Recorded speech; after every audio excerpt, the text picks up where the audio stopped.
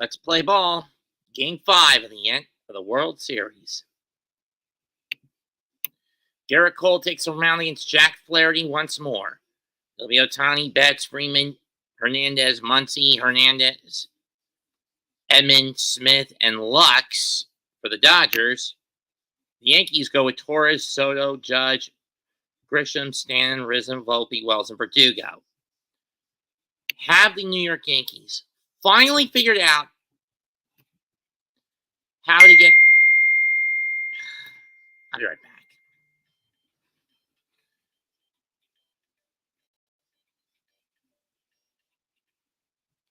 I'll be right back.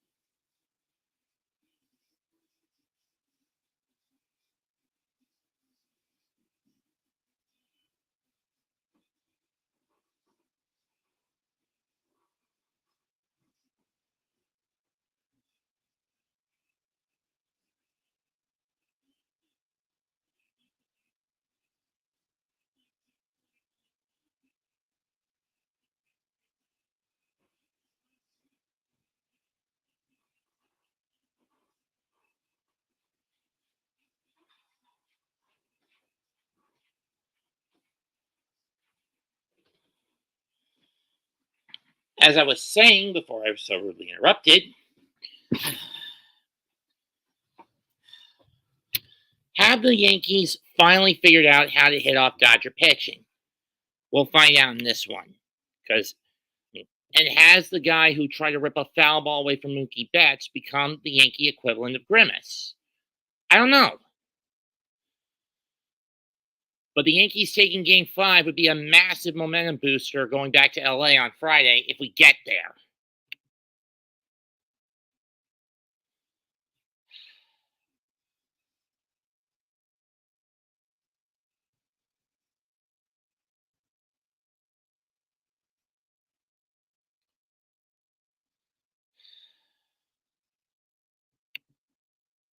Cole had a decent outing in his first in Game 1, where he went 6 innings, giving up 4 hits and a run and 4 strikeouts, but he didn't get the decision because of incompetent pitcher choices after he came out.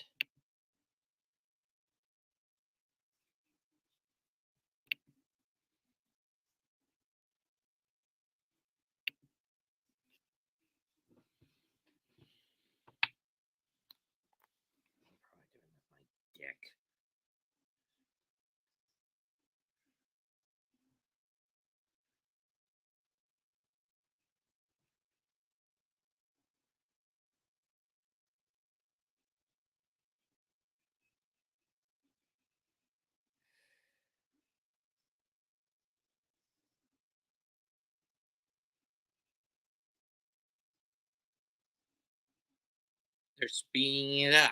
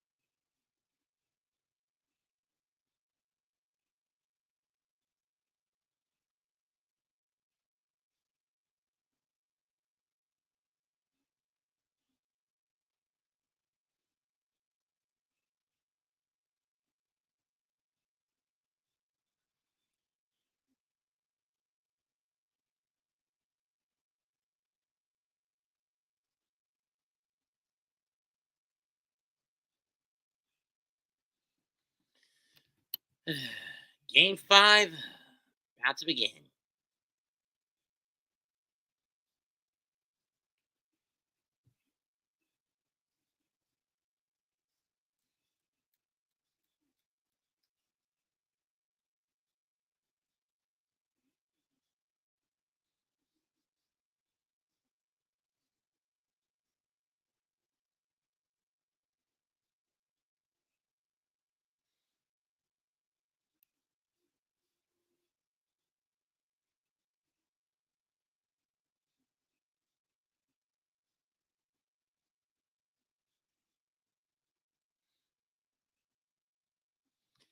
Garrett Cole is a 282 pitcher, 22 in the third inning, 16 strikeouts, 6 walks in this postseason through 4 starts.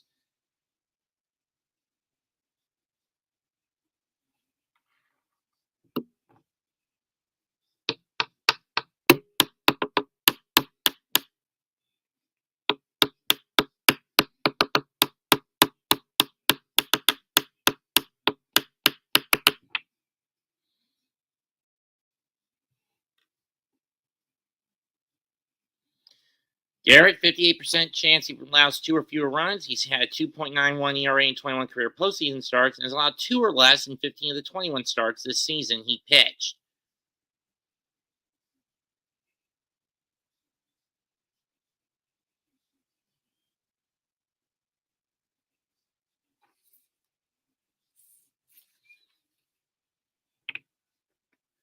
Garrett Cole, mostly known for his fastball, though he does have a slider, a cutter, then a knuckle curve, a changeup, and a two-seamer.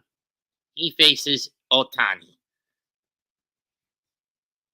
who seemed to get out of his rut against the Mets, but has fallen back into his rut against the Yankees.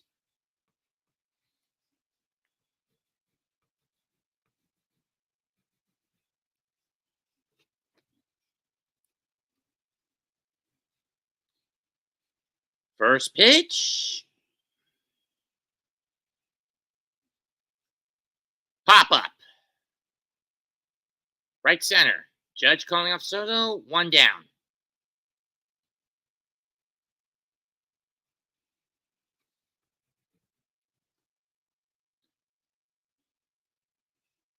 Here comes Mr. Mookie Betts. Betts, of course, pissed over the whole deal that he had a foul ball try to be ripped away from him last night. Something I couldn't support from Yankee fans. I mean, that's petty. First pitch. Knuckle curve, strike 1. In on the upper outside corner.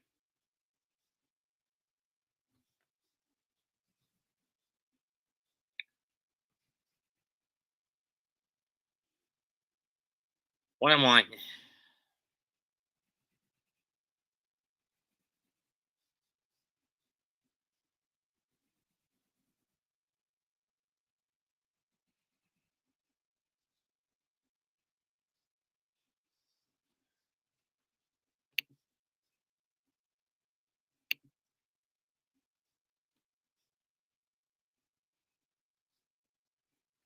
1-1 pitch.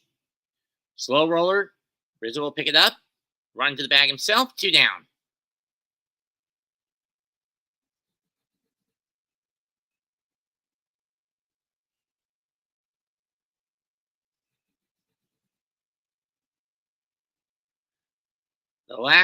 All four post World Series games have been long balls for Freddie Freeman. But the one pitcher he hasn't gotten one off of is Garrett Cole. That is a World Series record I might want to point out.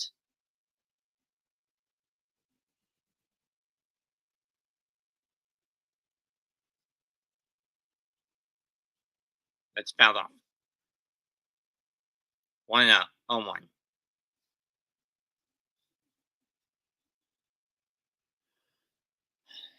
Yeah, in my view, it's too little too late to do the bird flu bullshit, especially when people have been hardened up. 0-1 pitch. Strike 2. Changeup.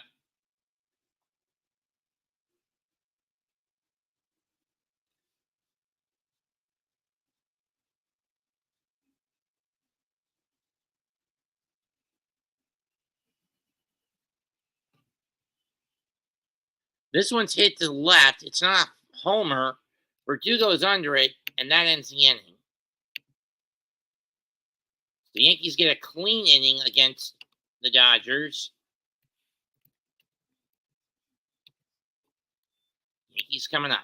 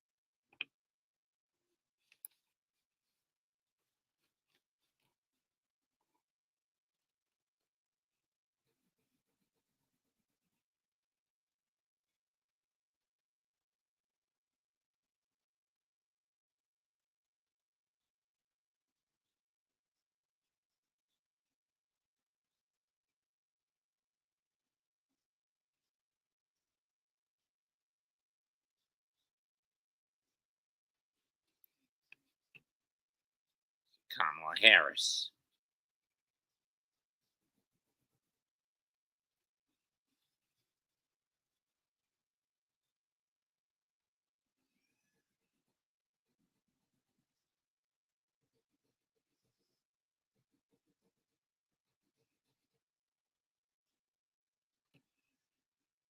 Yeah, I really don't think anyone's going to fall for it this time.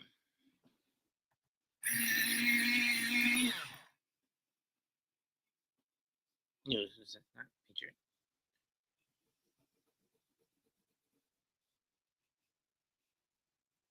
Yep.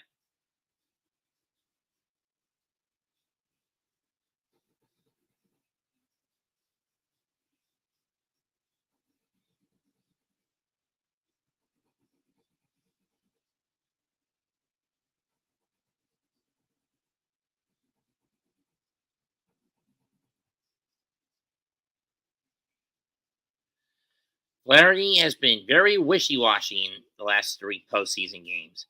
His first game against the Mets in the NLCS was good. He had a shit heap in Game 5 against the Mets. And he was pretty spotty in Game 1 of the World Series. Hence his ERA is at 6.10 over this being his 4th start. Over his first 4 starts. Strike 2 to Gleyber Torres.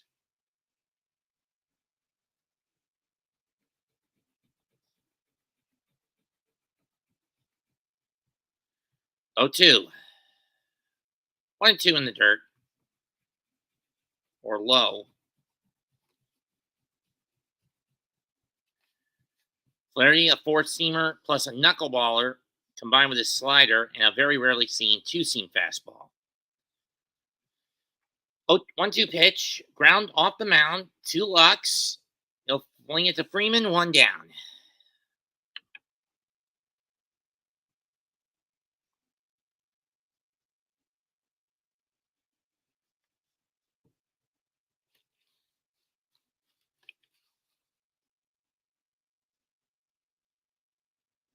Buses. Juan Soto up next.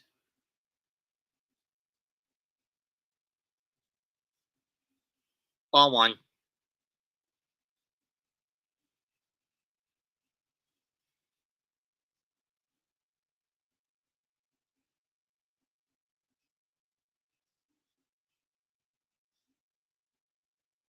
Ball 2.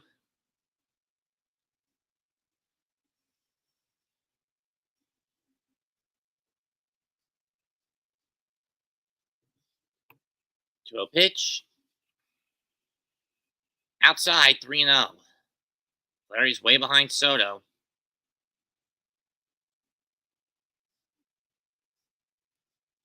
So in this series, 4 for 14. Postseason hitting 319. 3-1, 3-0 pitch. This time Soto takes it 3-1.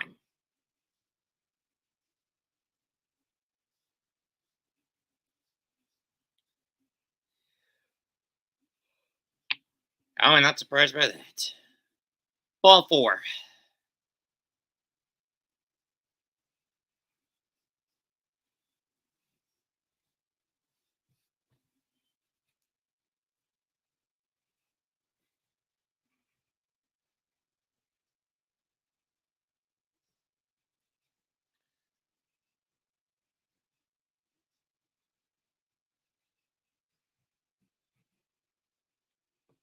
First pitch to Judge. That is smacked right field. It's gone. All rise. Here comes the Judge. 2-0 Yankees.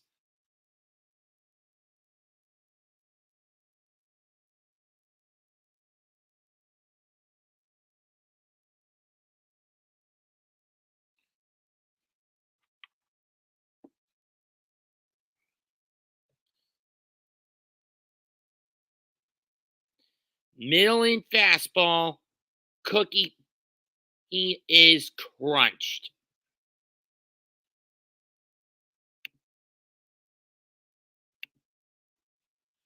It was a dead center fastball. Sheesh.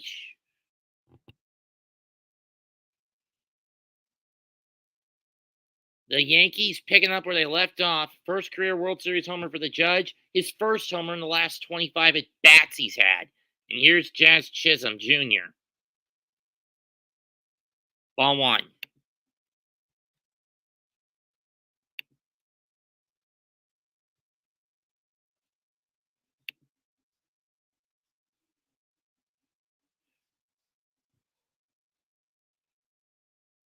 Ball 2.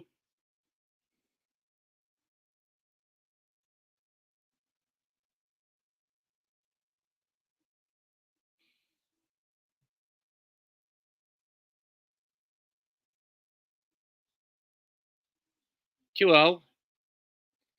Chisholm takes strike 1 over the middle.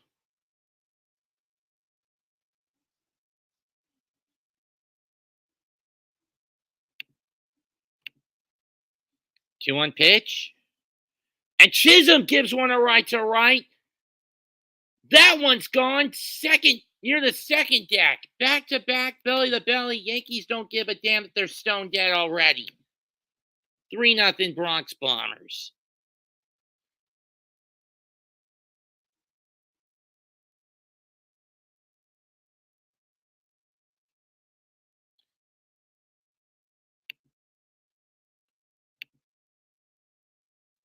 And it's another low middle in fastball.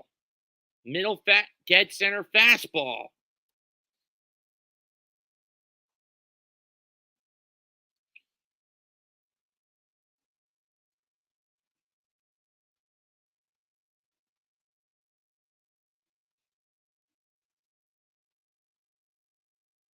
Fuck you, Biden.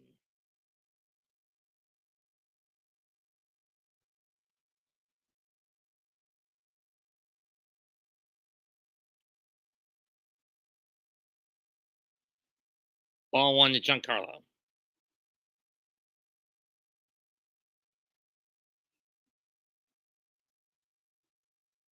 First back-to-back home runs in the World Series for the Bombers since 1977. Game 5 of that event.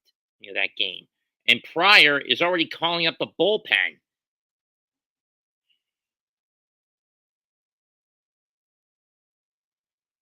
Two 0. In the dirt, ball 3. It was a knuckle curve.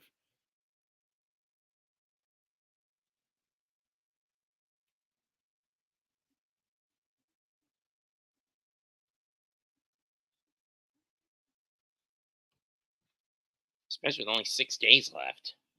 3-0 pitch. Over the plate, Giancarlo doesn't even bother to bite. 3-1.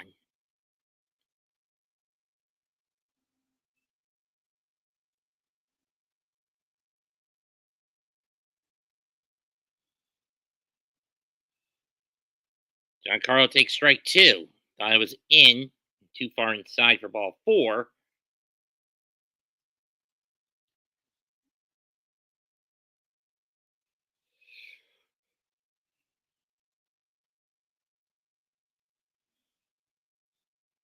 Giancarlo smacks one to center, but it's off the end of the bat.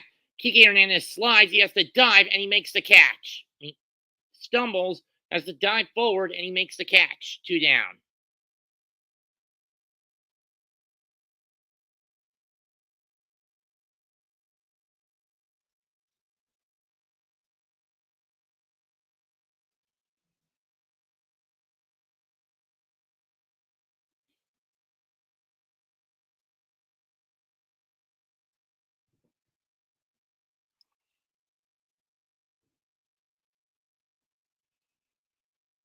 First pitch to Wells. To Rizzo, and he takes ball 1.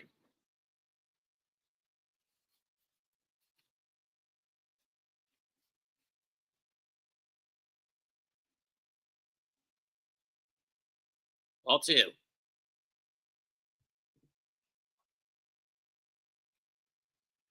And Bondo warming up in the bullpen early for the Dodgers.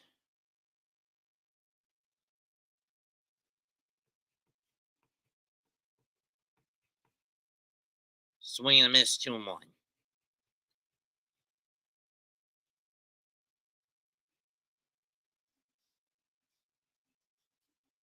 Ball 3.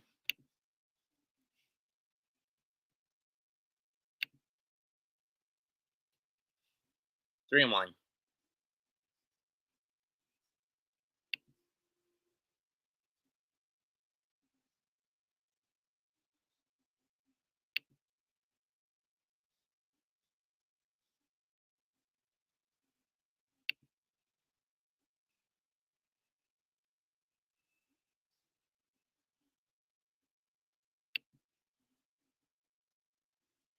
Payoff, and he takes it. 3-1 is turned to 3-2. Full count.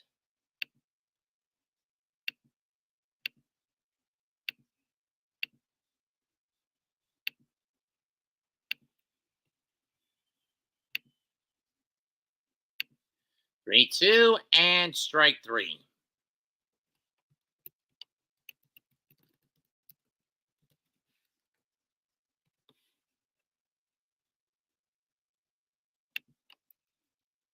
Seriously, Rizzo, you need to wake up in terms of your productivity, you son of a bitch. You damn spruce.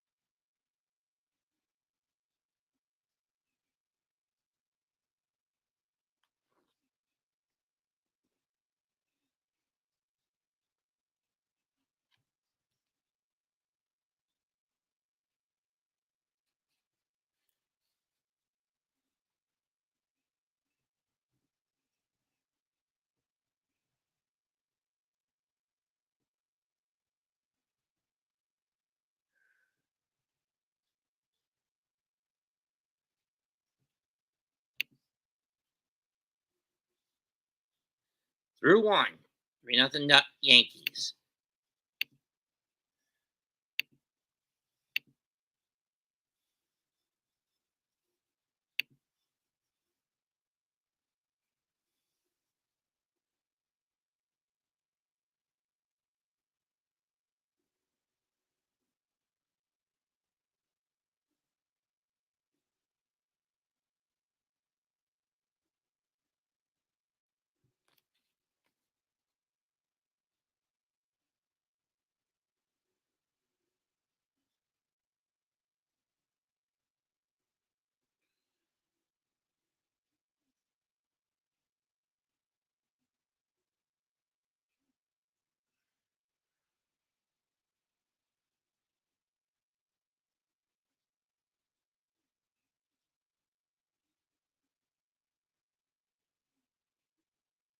First pitch to Tasker Hernandez, and he takes strike one up and in.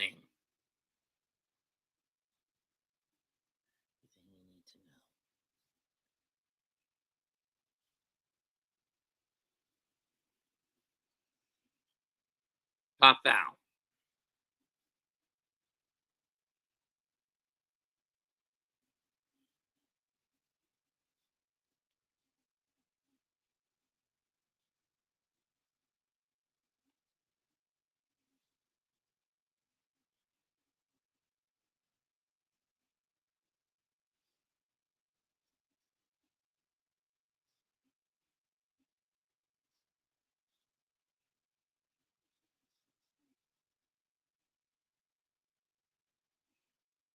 Oh, 2 is outside ball one.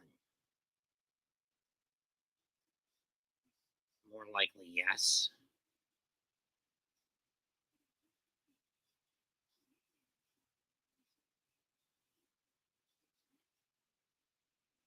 Swing and a miss, strike 3.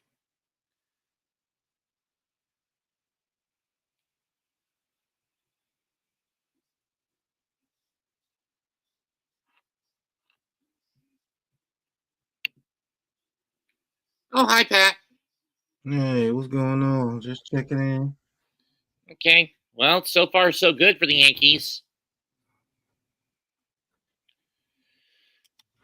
First pitch to Muncy, and he takes strike 1.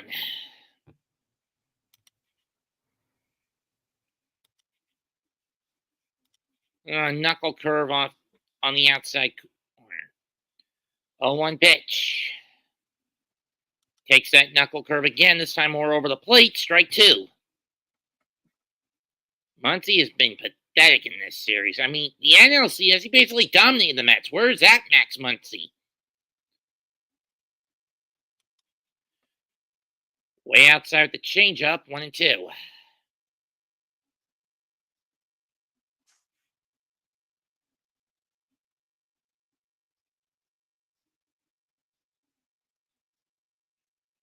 One, two. And that's pop foul. We'll do it again.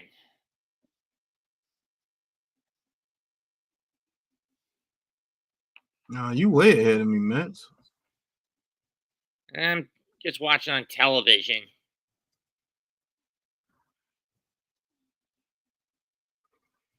Because you got Muncy batting, ain't it? Yeah, that's what I said. It's Muncy up. Mm-hmm. 1-2 pitch. Got him looking. All right, that's 2 outs. Calm with the fourth seam. I'm surprised he didn't chase that one.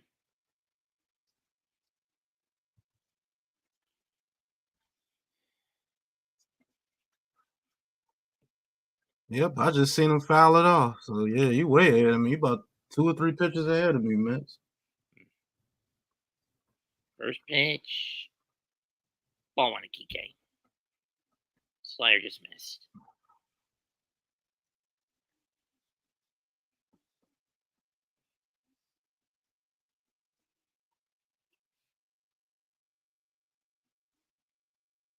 Who's pitching tonight, Mets? Garrett Cole. Strike 1. For the Didn't he Yankees. pitch game 1? Yes, he did. Elimination series, he's 2 games. He's 2-3 with a 3.62 ERA. Bringing a 190 batting average against him. 1-1 pitch. Popped up. Right field. Soto under it. Another clean inning for Cole. All right. 2 innings up, 2 innings down. No damage.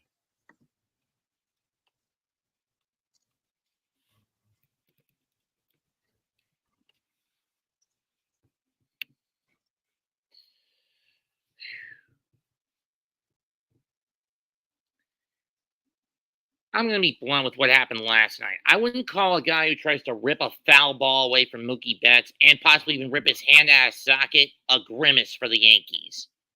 That's more malicious than anything.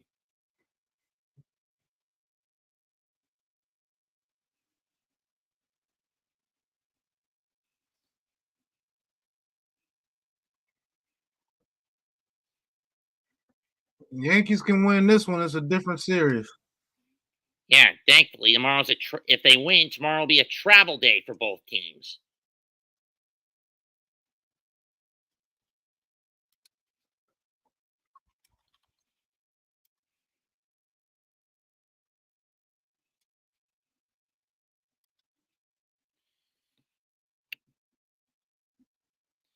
It'll be Volpe, Wells, and Verdugo. At bottom of the lineup last night really wrecked the Dodgers pitching core.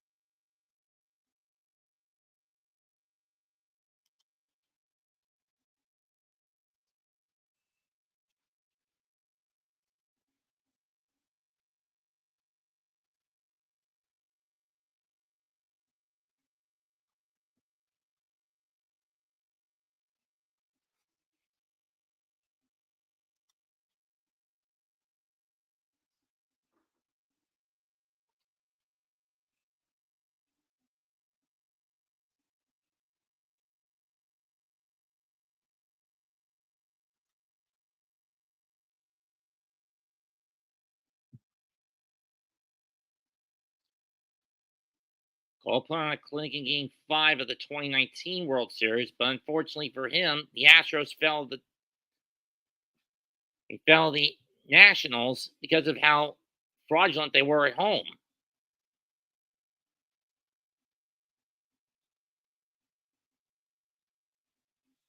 First pitch, strike one to Volpe.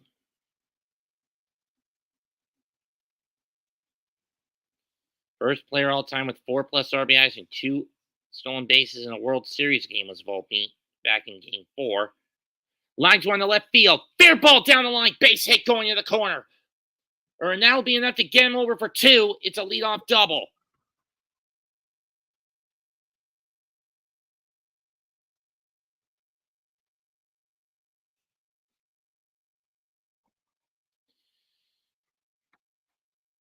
Way over the head of Muncy, off the sidewall, into the corner.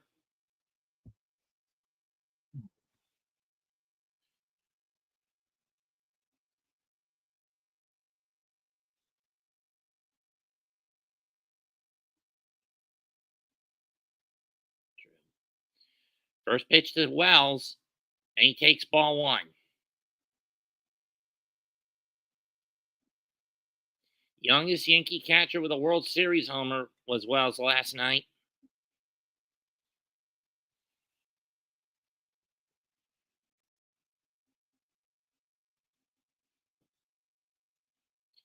Ground ball. Frey will scoop it up, flip to Flaherty. Volpe goes to third, 1 down.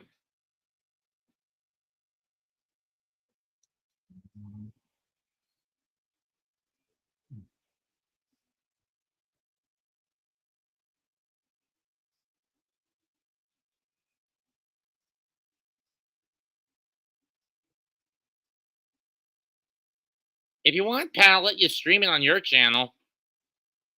Oh no, I'm good. Let's go ahead. Keep going. Okay.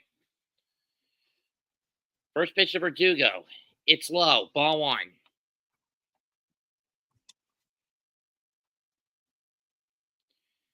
Dodgers move in the infield. Smart move. Well, we got 1 at third with 1 out. Yep. Smart move by the Dodgers to move in the infield. Wasn't a hit, but it was effective. Yep. Low in the dirt, 2-0.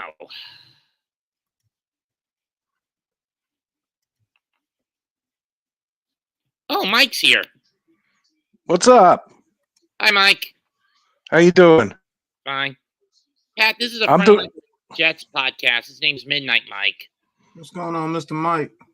How you doing? Cool. Welcome to the Big Blue Crew Sports Network, man. Like and subscribe to the network, man. I will definitely check it out. Yeah, I do the Midnight Mike show, and it's a Jets show, but I'm a Yankee fan, and Mets here wanted me to come on. All right. You ever thought about putting your Jets content on the Big Blue Crew Sports Network, or you affiliate with someone already? No, I'm not. No, I do it all pretty much on my own.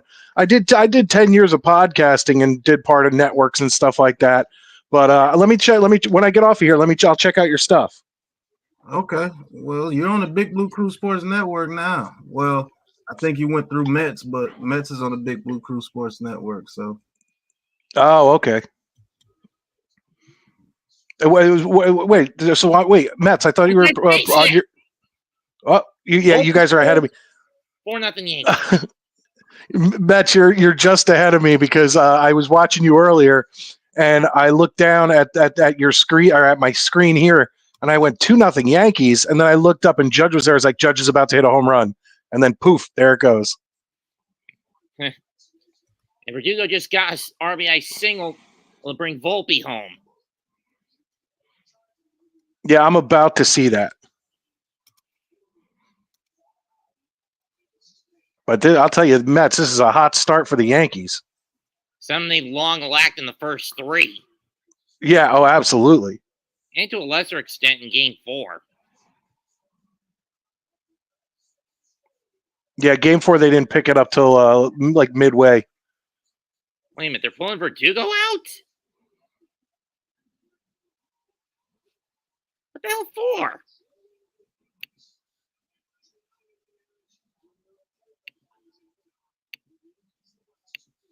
I pull out Verdugo. Did he get hurt or something?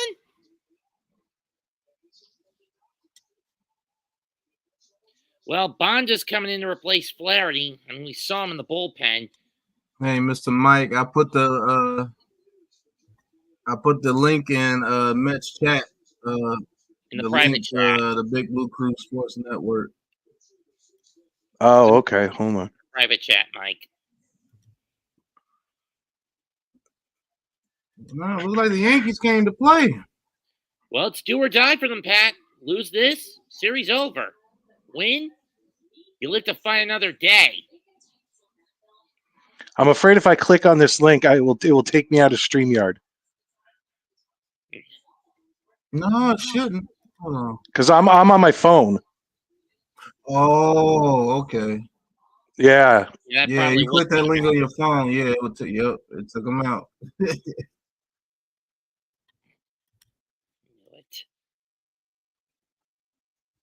That's the one downside with StreamYard on a mobile device.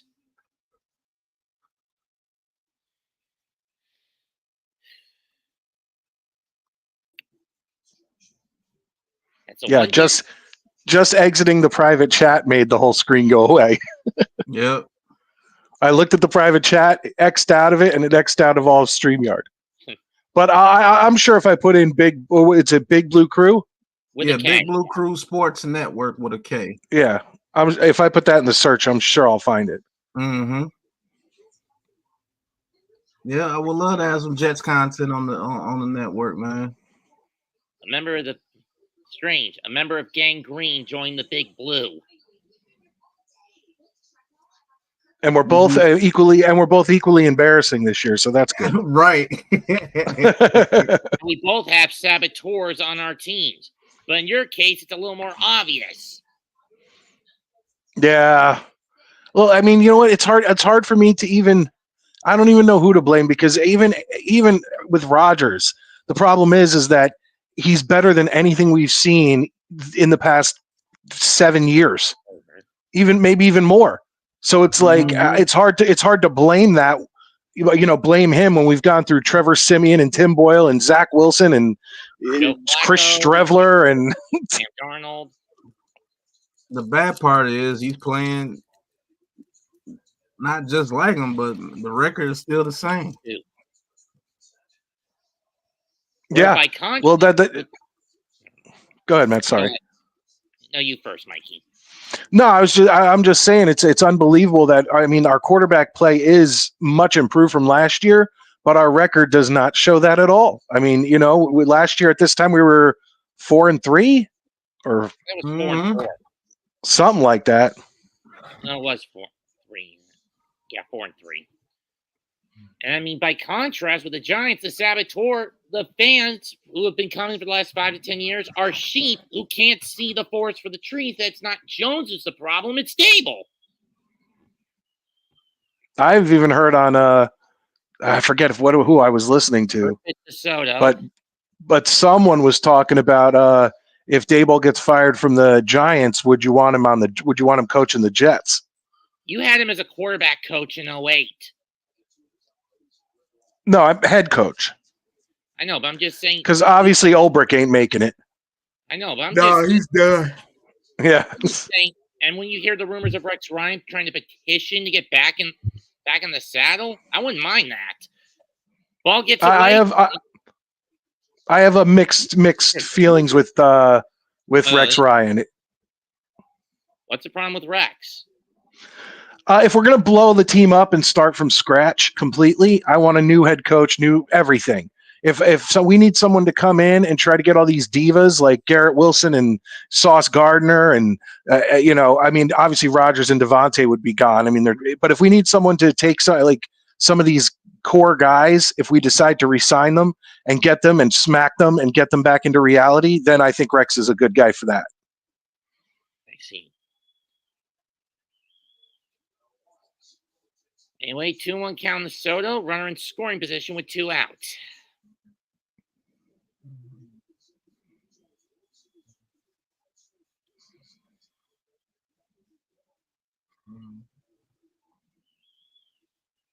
He fouls it off his foot and 2-2.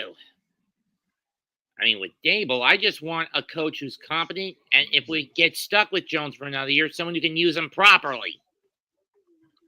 But again, at minimum, I don't see us getting rid of Dable until 26-27.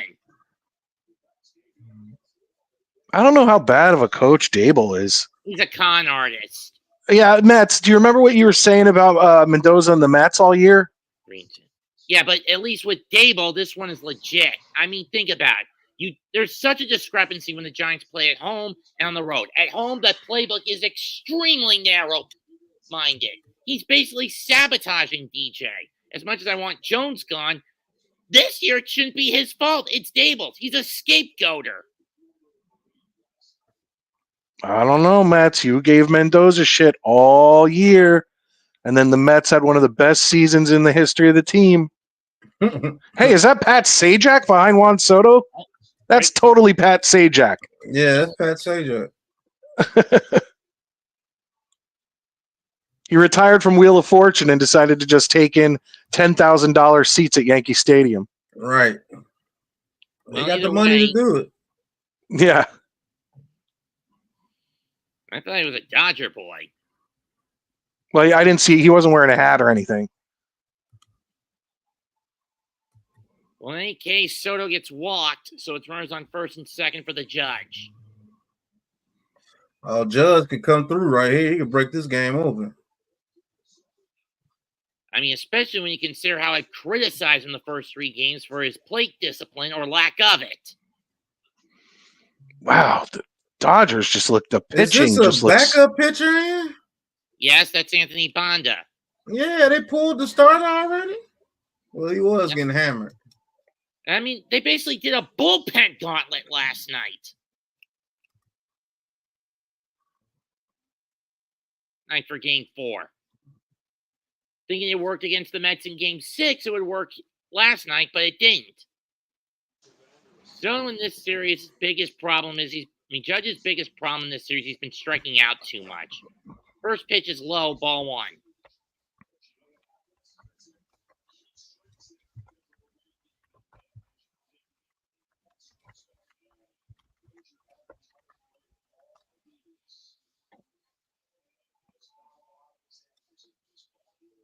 One pitch is in there, strike 1. On with the slider, 1-1.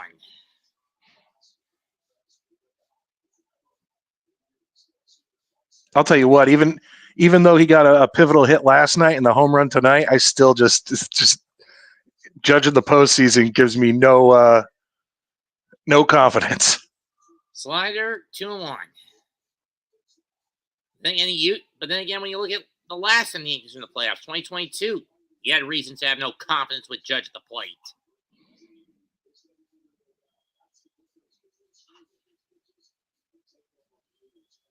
2-1 pitch.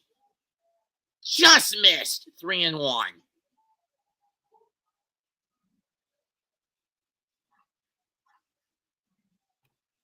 Yeah, you are 2 pitches ahead of me, actually.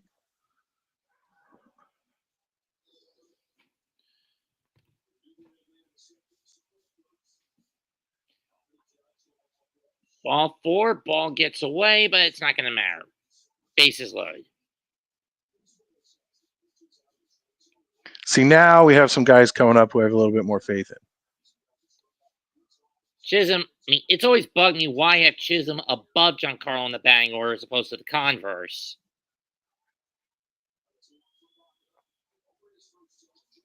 I mean, I feel like Chisholm has a better on-base percentage than Stanton in the postseason. Strike 1.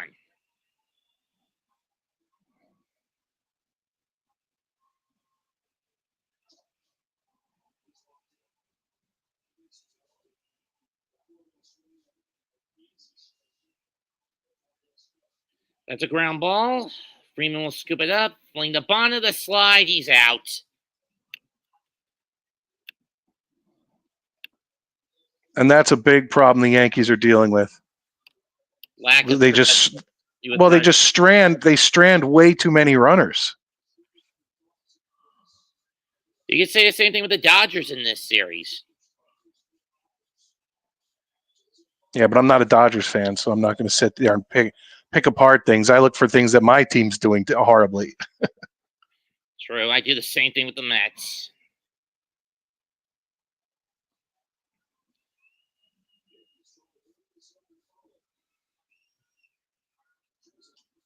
I think one of the dumbest games I'm going to call next year is that Speedway Classic. Oh, yeah, when they're playing at the racetrack with like 100-something thousand people? Braves and Reds, yeah. I mean, are they really going to fill that place up, though? Because like there's going to be so many seats where you're not going to be able to see anything. I just don't think that the planning was there. I mean, it's hard enough for NASCAR to even fill that track these days. I mean, if they were going to do a series there, like maybe the 2 or 3 game series between like the Yankees and the Red Sox, or the 2 rivals, maybe you could pull something off. But a random game between the Reds and the Braves. I mean, the only reason they picked the Braves and Reds because of their geographic. I mean, they're relatively close to the city of Bristol, like around 5 to 7 hours each apart. I mean, I guess that makes the most sense, I guess. It still bothers me that of all the teams they had to pick for that game, they picked the one team I hate more than any team in baseball, because when it comes to divisional titles up until this year, they always seem to have a horseshoe up at their ass. And a team that's been a perennial loser for almost a decade now.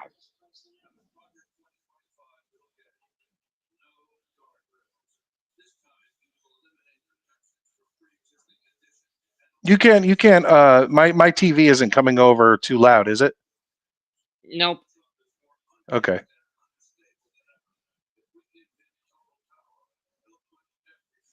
I'm watching a great attack ad on Donald Trump right now. It's bullshit. I mean, we all know it. No, I know. I know I'm beating a dead horse by saying this, but again, Project 2025 is not Trump's agenda. That's the Heritage Foundation. I'm aware, but you have to remember there's a lot of people who just sit. Once again, I don't think anybody under the age of 50 buys any of this crap they pull. But there are a lot of people like my mother who still take their news from like Fox and NBC and CNN and people like that, and they watch it and they think it's legit. They're part of a different generation. You know what I'm saying? Yeah. I mean, You really need to get her to listen to some underground news. 0-1 to Edmund. Fouled off. 2.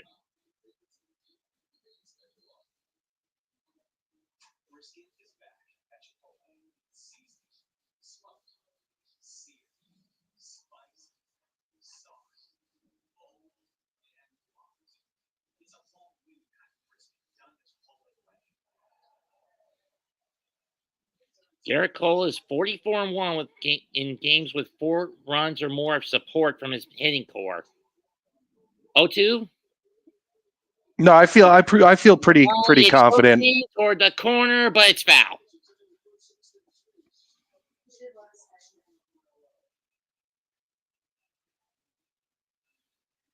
Garrett Cole, was a kid who was at the 2001 World Series, and there is his kids, his sons Kane and Everett, at this year's World Series.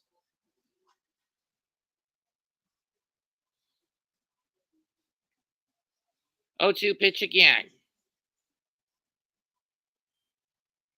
And Emmett pops this one foul. It's going over the seats behind the plate, and we'll do it again.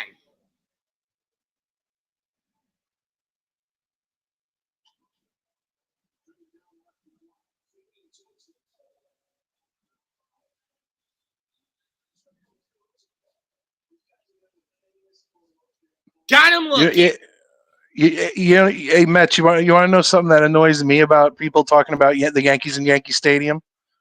Yeah. Is that people always sit there, fans of other teams.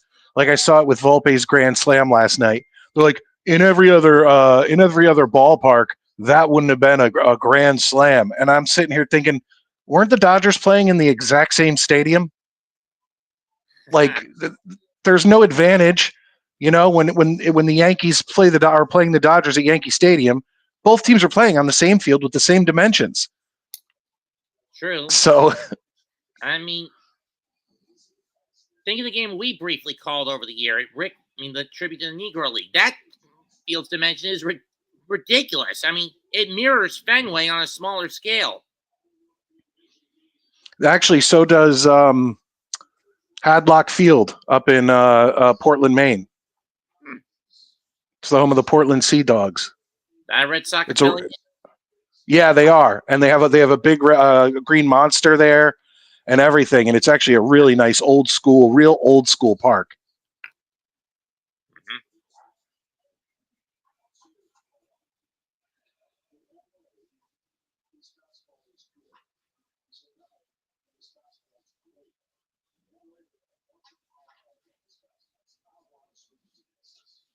I can't stand the advertisements that they're putting on all these uniforms now.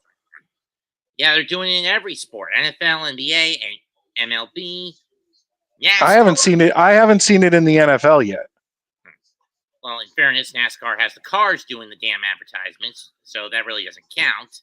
Yeah, and the cars have been covered in advertisements and the jackets and everything for decades. Like, I have no problem with that. But to see a Yankee uniform with not only, like, I have not bought a Yankee jersey since they put that swoosh on it, the Nike swoosh, yeah. And now there's the one on the sleeve, and now they have the one on the helmet, and it's like, what is this? European leagues? Like, come on, this is America. Damn it! I mean, what next?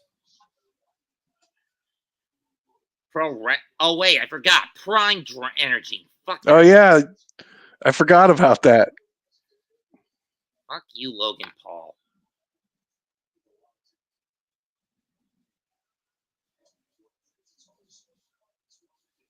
Ohtani waits on deck, and if there's one situation you don't want Ohtani up with, it's a man on base.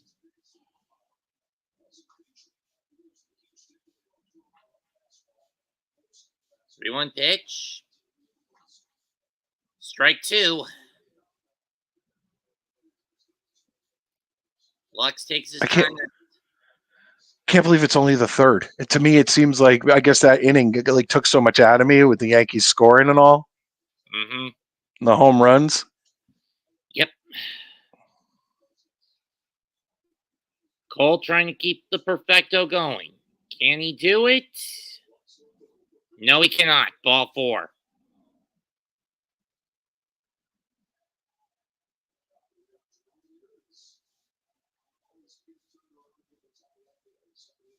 And here comes Gojira. Oh, the new Gojira. Otani. Or maybe I should call He's him hurt. Ram. He's hurt. He's hurt. I know. UCL elbow, slightly dislocated shoulder on the offhand. Foul off to the backstop on 1.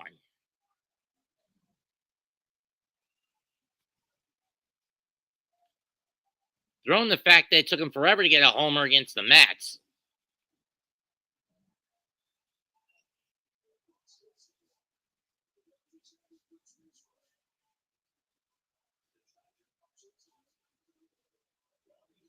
Oh, 1 pitch. Swing and a miss at the sinker, 0-2. No homers in his last 26 ABs for Otani. You have to go back to Game 4 against New York against the Mets when he hit one. One in the NLCS. Well, I mean, look, I mean, I think I just heard them saying that they're saying that the shoulder's not bothering him. I don't know but it is bothering him regardless, because there was like a slow motion earlier when he took a hack at a ball where you could see the wince and he kind of like, adjusted his shoulder. His off shoulder, right? Yeah. Because we know he's a righty, and he will be back on the mound next season, which will actually make the Dodgers even more of a threat. Know what I mean?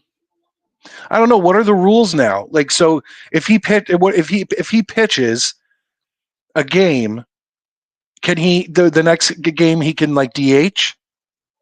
That's what I'm guessing. If he gets slipped back into the rotation, he can pitch that game, but he can't DH. Any game he doesn't pitch, he can DH.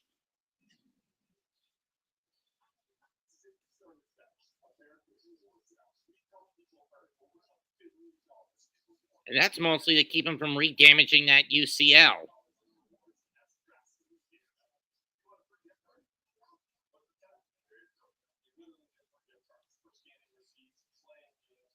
So what are we at now? We're heading to the bottom of the third, 4-0 Yankees. Look, for this series, that's a pretty comfortable lead with Garrett Cole on the mound, especially the way he's pitching. Mm-hmm. I mean, at this point, I don't think it's going to be Garrett Cole who screws this up. It would have to be our relief pitchers. Or who's left for Game 6 and 7. Carlos Rodon for Game 6 and Clark Schmidt for 7. Well, to be fair, I don't expect the Yankees to win the World Series. I do think they'll win this game, but they dug themselves way too deep a hole to take this series. You're not going to win 4 games against the Dodgers. Don't underestimate the baseball script writers. I mean, that's true. That's true. I mean, the Yankees were up 3-0 against the Red Sox, and what was that, 0-4? Yeah. Yeah, and then they blew it, but that's just that would be so that would my mind can't accept that is even a possibility. Let's get through tonight, see what happens, but going to LA, yeah, that's good. That's a tough one. Or think back to 16. The Guardians/Indians had a 3-1 series lead against the Cubs, and they squandered it. As a more recent example. Now, if we head to LA, which is there'll be at least a day's rest between those games, and then there's some sort of weather incident, like crazy rain that pushes back Game 6 and 7, or just Game 7, and we could get Cole back in there, then the script writing you might be onto something. Aaron Boone is 6-5 in elimination games.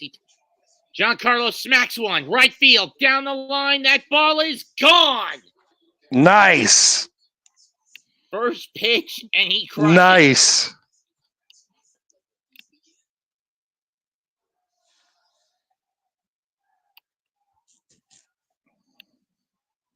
And it's Brian Brazier who's on the mound now for the Dodgers. For Giancarlo, that's his 7th postseason homer. I know. Hey, I know baseball so well that I'm talking to my wife that I'm gonna say I'm gonna bet that first pitch home run. What?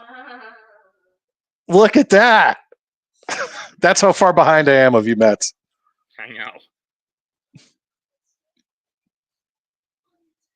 Wow, they are lighting them up tonight. Picking up where they left off last night.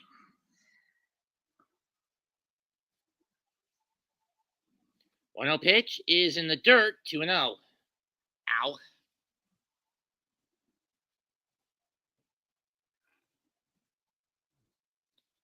I'll tell you. Postseason homers for Giancarlo.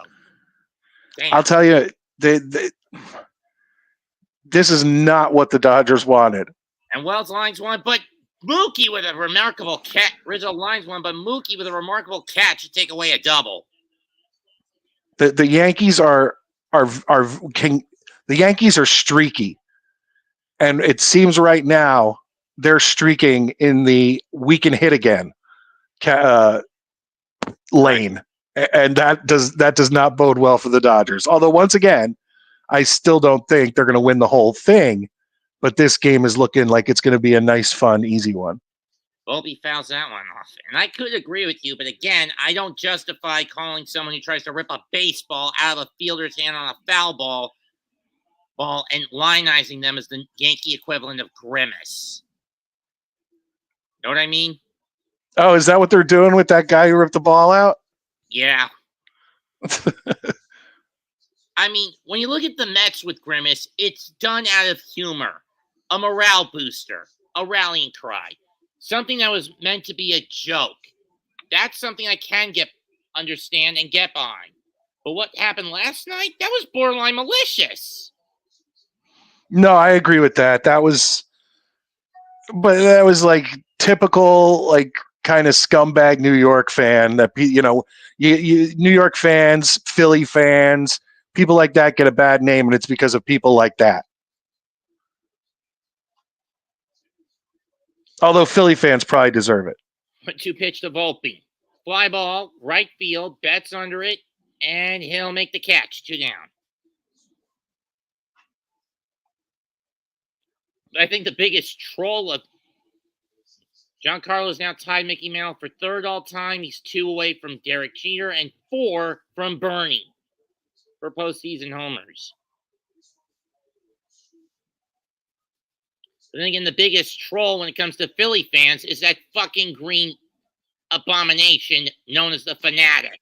Don't you talk bad about the Philly Fanatic, Mets.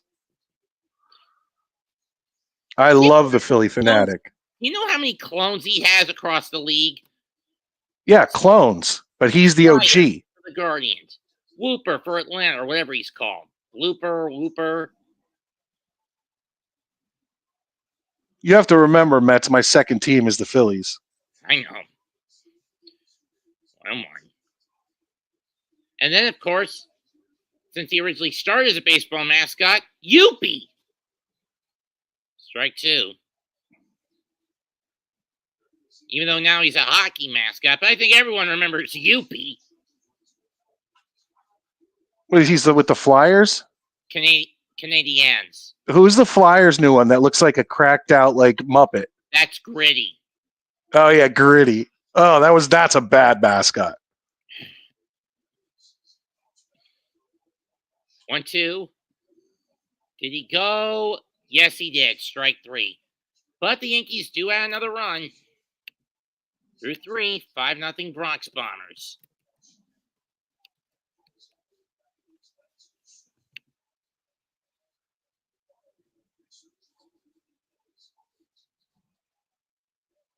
Billy's Sports Bar is going bonkers. Have you ever been to that bar? I haven't. No. I haven't even. I haven't been. I have had no reason and I had no want to go into New York City in 20 years. And I drive around it all the time. Like I'm constantly in view of the city when I'm going to New Jersey or anywhere else. You drive by, or we have family in Bayonne and family in, Essex and Morris County, New Jersey. and Yeah, I get Long Island, but I just avoid the city at all costs. I haven't been in the city for almost 12 years since my grandmother passed away. Oh, that you had it. She wanted to be buried in Brooklyn.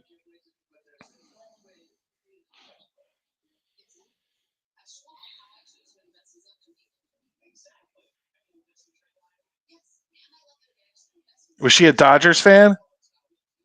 My grandmother never really cared for professional baseball or any Oh, okay. professional sports.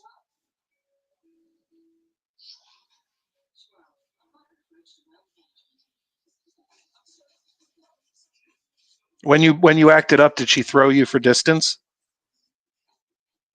She had osteoporosis, arthritis, type 2 diabetes, and aortic heart issues.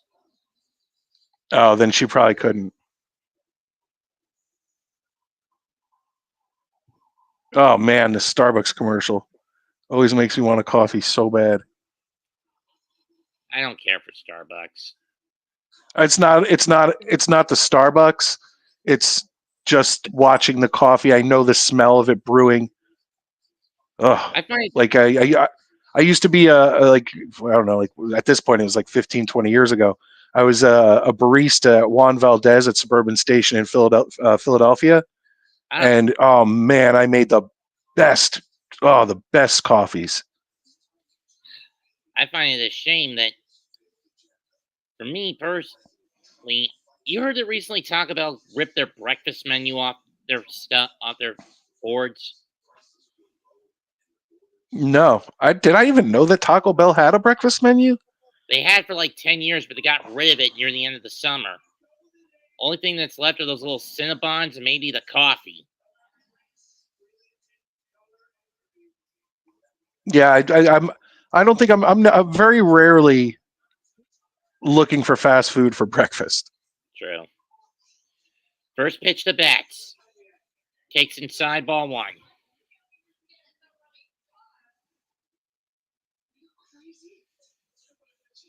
Roberts has won 8 of his last. The Dodgers have won 8 of their last 10 series clinchers, but last night was a bit of a stab in the back. 1-1. Are you watching on YouTube TV or are you watching off regular cable? I don't have a cable set. I'm watching this on just flat out Fox. No, I know I'm watching on Fox too, but through YouTube TV. So No, what I'm are? regular? Oh, okay. That's why you're ahead of me. 3-1. For some reason, YouTube TV always runs like A couple 10 of seconds behind. Yeah. 2-1 pitch. Doesn't go. 3-1.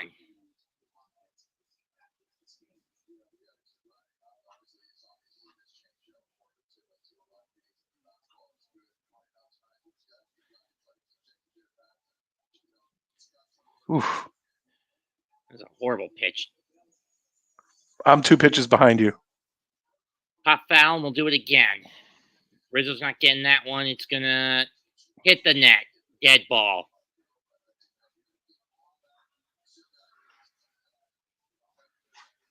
I think it was such a funny thing that how badly the White Sox played this season. Yeah, that was like almost historically bad, wasn't it? Yep.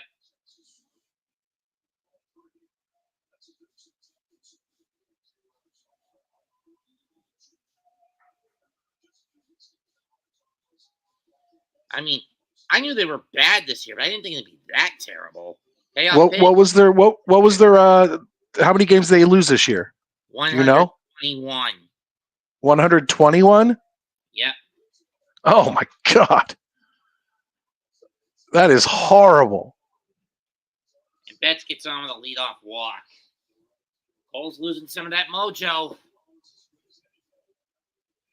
And here comes that motherfucker, Freddie Freeman. You got to give him credit, though. Strike 1. I know. Hitting a homer in 6 straight World Season games, impressive. I'll admit that. Yeah, it absolutely is.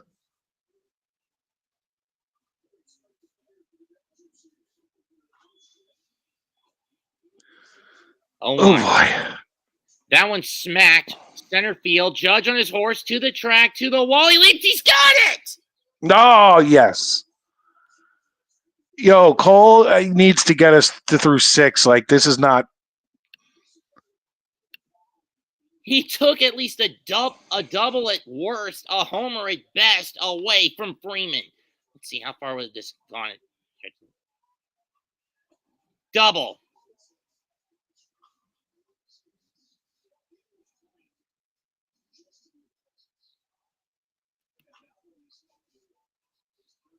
So Judge with a robbed. It at the bottom of the glove.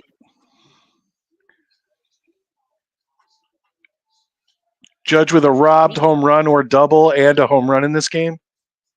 Mm-hmm. Nice. Yeah, that was a nice catch.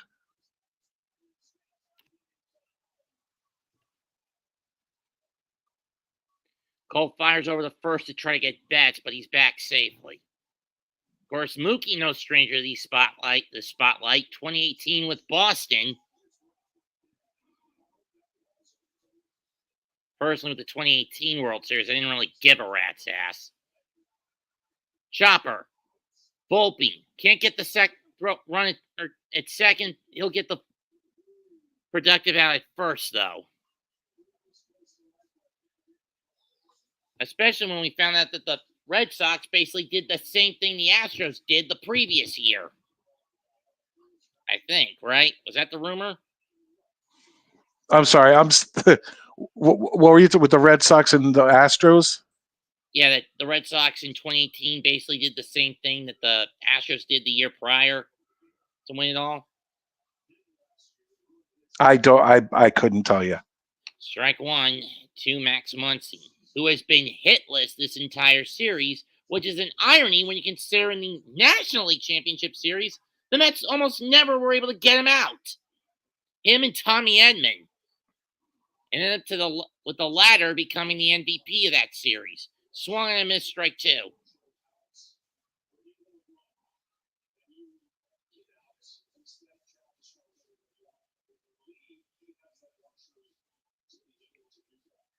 I mean, it'd be really nice if the Yankees did come back and win this series, because I haven't been able to buy Yankees championship stuff in a long time, because I won't buy division or wild card or ALCS champion stuff.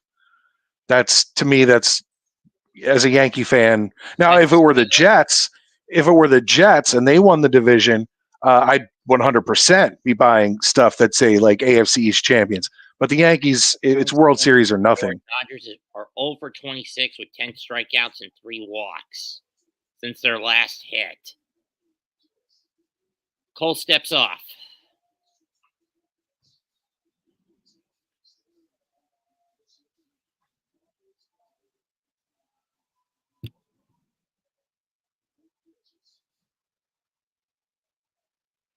Judge hits this. Muncy hits this one to right center. Judge is there. He'll make the catch. Inning over. Yankees give up a walk and allow Betts to scoring position, but nothing else.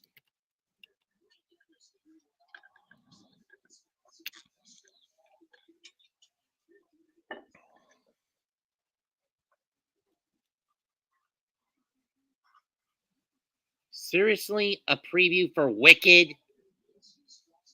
Oh, the movie? Yeah, the musical was better from what I've heard. Well, I don't know many people who have seen the movie. It's not even out yet, is it? Not until November 22nd, but the Broadway play is better.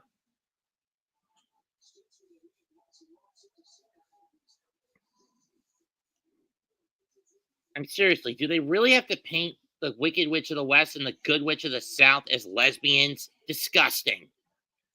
Is that what they're doing? That's what I saw in the previews. And it's the Good Witch of the North, isn't it? If her name is Glinda, then she's the Good Witch of the South. No, Glinda's the Good Witch of the North from the original Oz. I always thought she was the South. Hold on. Who's the Good Witch in this movie? The pink one. Oh, it is Glinda? She's the Witch of the North, right? I don't know. I don't remember. Because the bad are east and west, the good are north and south. But doesn't she say, I am Glinda, the Good Witch of the North in the original? All right. I figure my wife would know that. She's a theater major. Shame on her. She's called the Good Witch of the South. Okay, I guess she is the South. In the original, I'm telling you, she was the North in the original Oz. Or at least in the movie. I don't know what it was in the Baum books. In the book, I am literally here trying to look for my phone to Google it, not realizing that I'm on my phone to do this stream. in the books, she's called the Good Witch of the South. In the movie, Okay. the composite character that's called the Good Witch of the North. Okay. That's what confused me.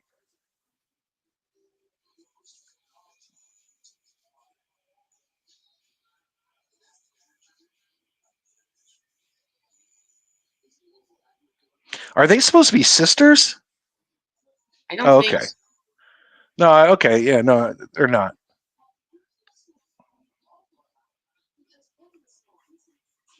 Because I hate to be open with it, but they couldn't have picked a white person and a black person. So, well, I guess a green person. What? She's green. Well, but you know what she is. But the character is green.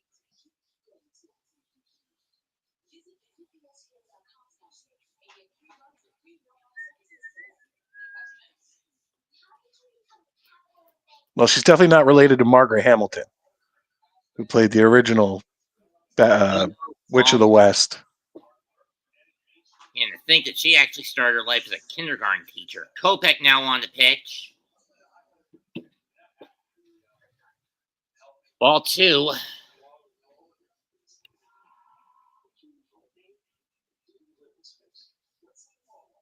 So it looks like, unfortunately for Roberts, he's had to resort to a bullpen game again after Jack Flaherty got rocked for 4 runs over one inning plus of work. Low in the dirt, ball 3 on the cutter by Michael Kopech.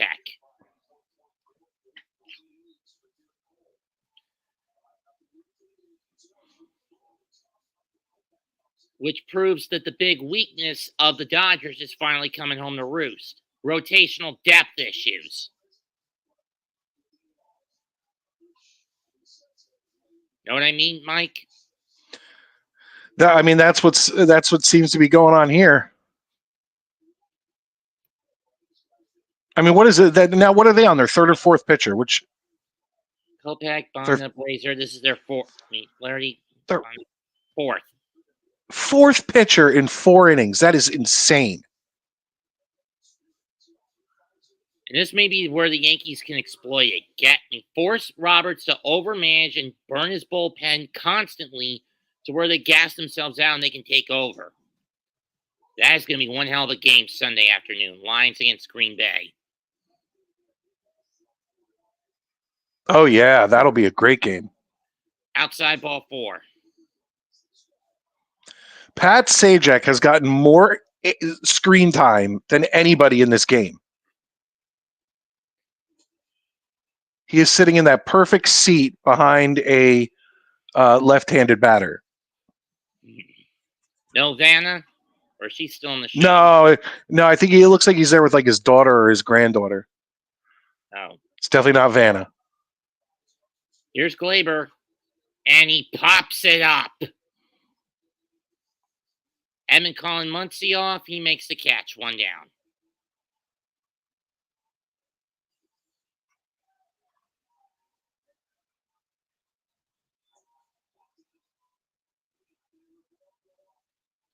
Soto has been on base 25 straight postseason games, dating back to his time with the Nationals and the Padres.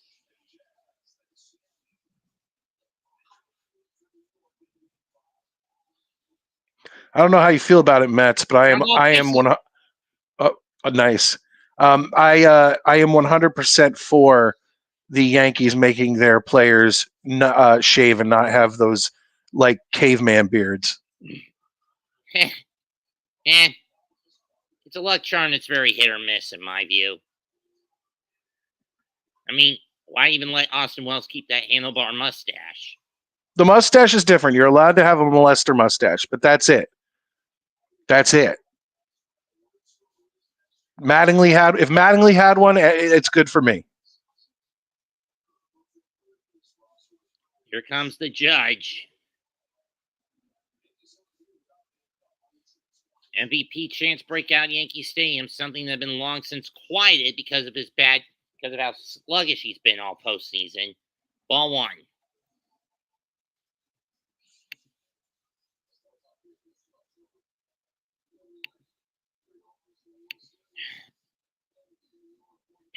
Pat just laughed his ass off at your comment What? about What did I say? the caveman beard thing. Oh. Goodbye. No way. He put another one out? No, never mind. Edge of the track. Teoscar makes the catch. Come on, Matt. You're killing me. Well, he got off the end of the bat. Looked good, but he got off the end of the bat. I did that on game. I did the same misstep on game 3.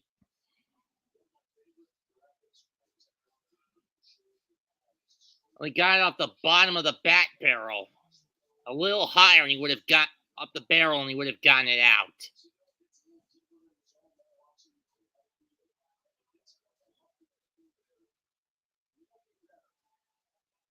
Here's Chisholm. Strike 1.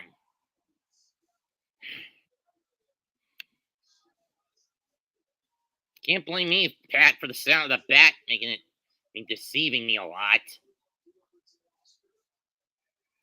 You have to do the, it's long. Will it go? Something like that. Your reaction was like, it was out the second. I wait to see where it goes, Matt. You're killing me. You have to remember, you're ahead of me. I know. I was getting all, you got me all excited.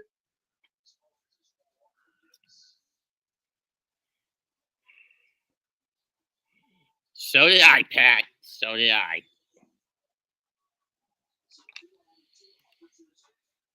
No team has forced Game 6 after falling behind 3-0 in a series.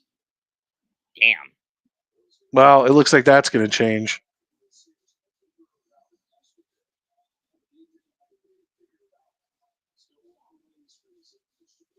Chisholm getting a new bat after he broke his last one on the foul ball.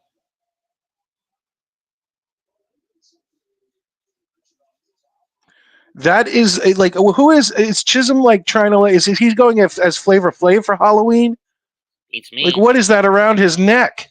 0-2 is low, 1 and 2. I have no clue.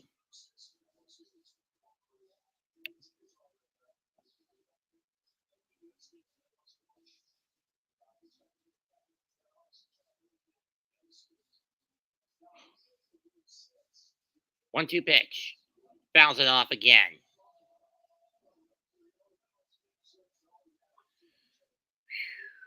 Well, this game's moving a little faster than last night's. Though not by much. Verdugo at second. Soto at first.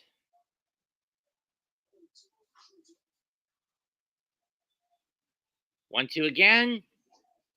And we'll do it again. Foul off a cut. That thing around his neck looks like the old 90s World Series logo, but it doesn't say World Series. I can't really read what it says, but it's like a freaking hubcap around his neck. Like, why would you wear that playing baseball? Beats the shit out of me, Mikey. Like, look at all the dirt on his jersey. Like, he's going to have to go get that cleaned now, because if he slid face first, in all those diamonds, all that dirt and clay from the field's going to get in there. The team I feel the most sorry for are the Athletics. Why don't you just call them the Sacramento Athletics for the next 3 years and then move them to Vegas? And he goes down looking. So the Yankees fail to score for the first time in the game.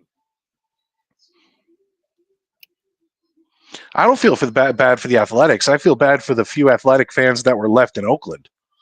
Well, them too. I mean, their front office fucked them over. Their city fucked them over.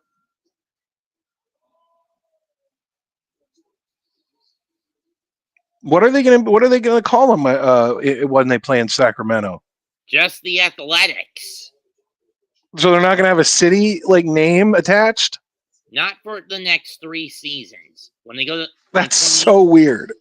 when 28 rolls around and they move into Vegas, they'll be called the Vegas Athletics. It would have been funny having them come to Charlotte. Because then you have to call them the Carolina Athletics. And for the love of God, if David Tepper was smart, stay away from this ball club, you piece of shit. Because you heard what he just recently did to the Panthers in sabotage. I did not. He traded Deontay Johnson to Baltimore for minuscule draft capital in the 5th round. Their Panthers are out of it, don't have a chance. What do you expect them to do? You know, the best they could do is trade guys away before the deadline to get any kind of draft capital, do something over the next couple seasons. Here's the thing, though. David Tepper doesn't give a rat's ass about football. You know why he bought the Panthers? Because it gave him access to the MLS team. He's a sucker, not a football one. That is the most backwards ass thing I've ever heard. To go through an NFL team to get to an MLS team, like at least go to NBA or NHL. MLS, like get what the. The problem with that is, one, do you really want the Charlotte Hornets? They're as much ass as the Panthers are, and two, if you want the Hurricanes, you have to drag his ass to Raleigh.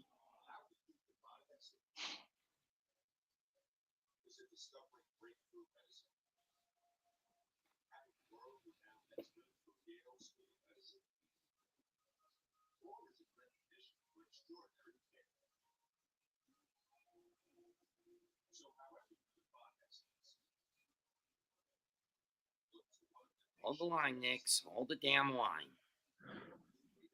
They haven't had a good start to their season. Yeah, maybe in hindsight, shipping out Randall for the cat was a mistake. I'm upset they got rid of DiVincenzo. Well, him too. Ball one to Kike. I mean, I get it. But I kind of liked. I like. It's so rare to hear. I mean, you know the comedian Sebastian Maniscalco. Yeah. Yeah, he has a whole bit. He has a whole bit about making fun. And this was a no-no. He has a whole bit making fun of how there's never Italians playing in the NBA, and like, you know, he'll use like a really stereotypical Italian name and like call like basketball, and to have DiVincenzo playing on the Knicks, it's like I enjoyed that. I'm surprised he didn't do the same thing with Gallinari when we drafted him. I think he actually used Nunzio, which is funny because I bet he has no idea about the full-blooded Italian Nunzio. Or as he's sometimes gone back to his real name of Little Guido Maritano. Little Guido. Or when he was in the Indies after ECW fall, he went by his full name of James Maritano.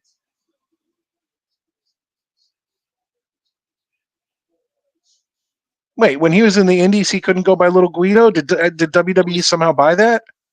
Yeah. After ECW folded, he couldn't use the name of Little Guido or Little Guido. When he was called up a year later to the WWE, he had to change it to Nunzio. So for the brief stint he had on the indie scene in 2002, he went by his real name of James and then just took the Maritano part of the Little Guido Maritano character and just combined it with that. So he went by James Maritano. Okay. Vessia warming up in the Dodger pen. Edmund takes the 0-2 and he lines it foul down. And he shoots it foul down the third base line. We'll do it again. If need be, these two will go at it again on Friday night.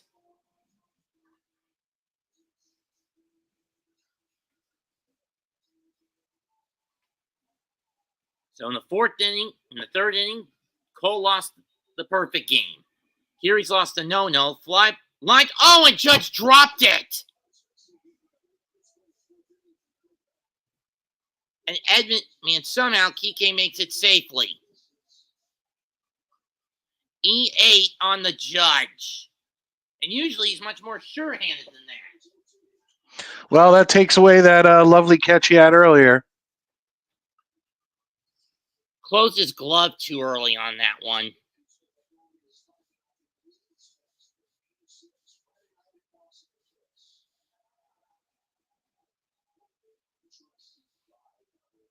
You're ahead of me. Are we in a pitching change?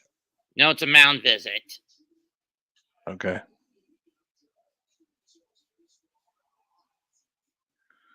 That was a bad drop by Judge. I just saw it.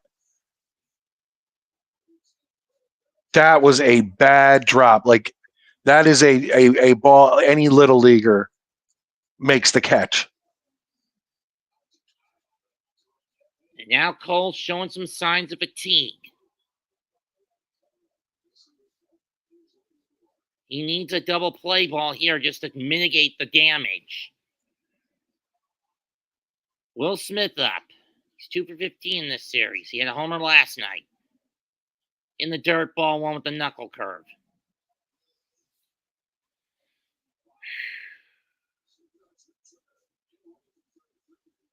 You think the fact that the Yankees didn't score is starting to affect his in the bottom of the fourth, starting to affect his psyche? Perhaps.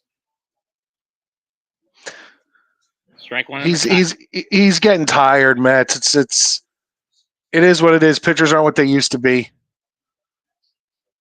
Especially when you consider they're basically sacrificing their arm strength by focusing on velocity, and it leads to going under the fucking knife. Yeah. All two on the heater. I'll tell you, I definitely preferred the days where the pitcher would go into the eighth, and then you'd have a guy for the eighth, a guy for the ninth, and it was over. So that just doesn't happen anymore. So basically, later career, guys like Greg Max, later career Zach Greinke or Bartolo Colon, where they trade out velocity for control and finesse. Yeah. Strike two. Yeah, too bad hitters these days have been trained to hit anything that doesn't break.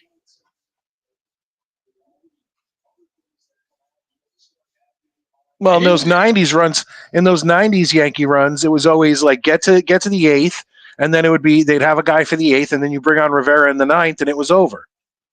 And that was again mostly because they weren't focusing on power pitching; they were focused on finesse and control pitching. 2-2. Yeah. Ground ball. Volpe's got it. Throw to first. Doesn't get the force. The third doesn't get the force.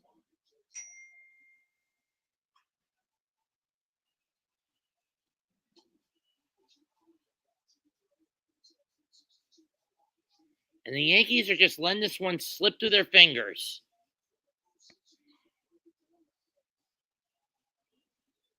That's going to be a fielding error on Chisholm.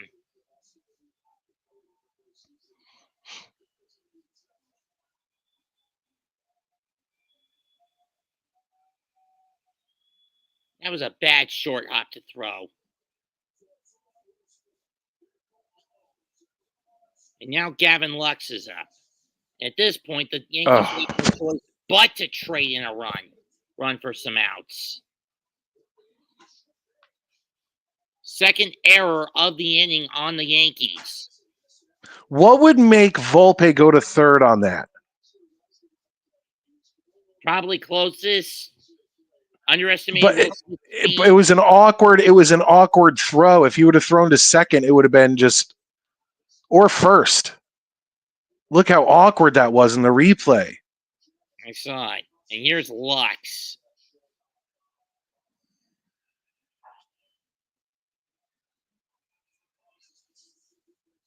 Ball one. Too far and tight.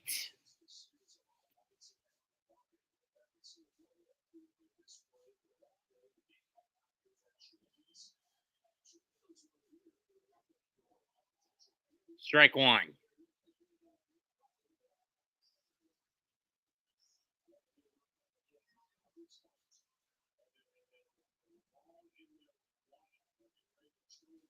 This is a situation Garrett Cole did not want.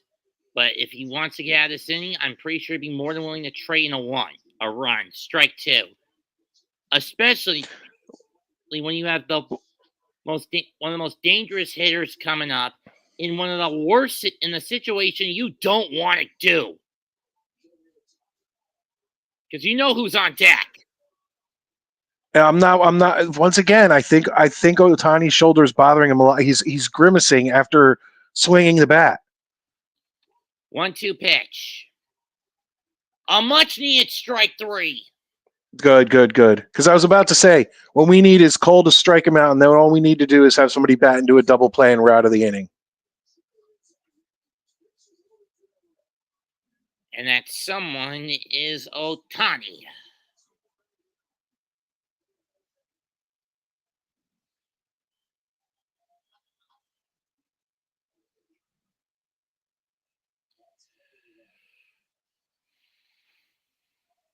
First pitch to Shohei. Tipped into the glove. Strike 1. Here we go. When bases are empty, Ohtani is hitting 132, 1 homer, 15 strikeouts. Runners on, 429 with 2 homers and 6 strikeouts. You know I'm a uniform and a hat helmet guy. What do you think about the raised logo on the Dodgers helmet? Yeah. I can't decide. I feel like I like it. Not really a fan of putting it all 3D like that. Swinging. That's what I'm talking about. Because it looks more like the actual hats. Tony steps out of the box, readjusts his helmet.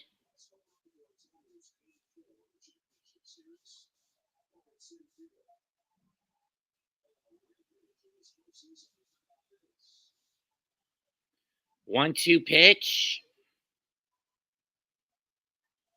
Struck him out. Nice. Got him with the knuckle curve in the dirt. Nice.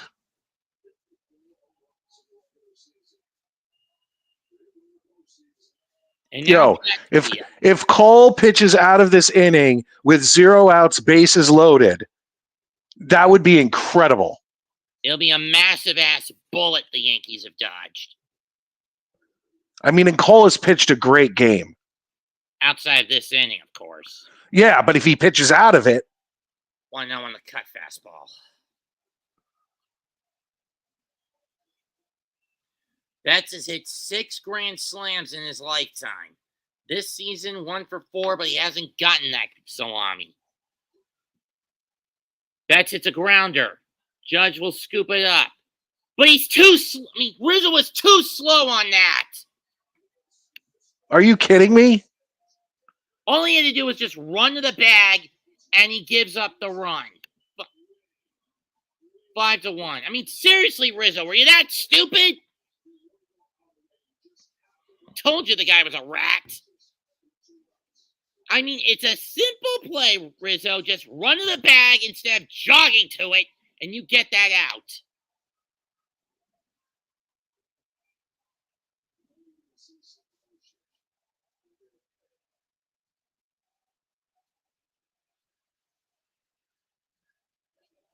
Well, we didn't think they were going to shut him out, did we?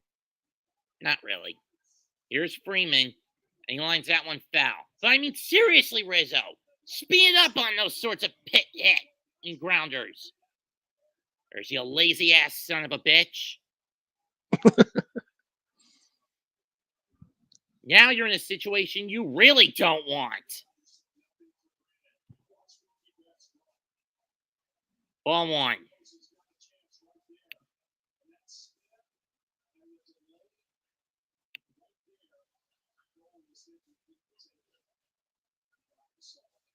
I mean, seriously. Simple math, Rizzo. Run to the bag after you scoop it up. But no, you decide to jog to it. Fouled off, 1 and 2. I don't like having Freeman up with bases loaded. Neither do I, my friend. Neither do I.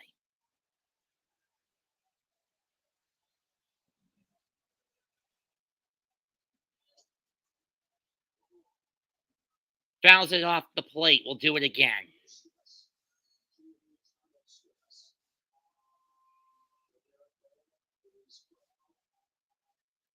If he does tie the game with a salami, we know who the scapegoat is. It's Rizzo.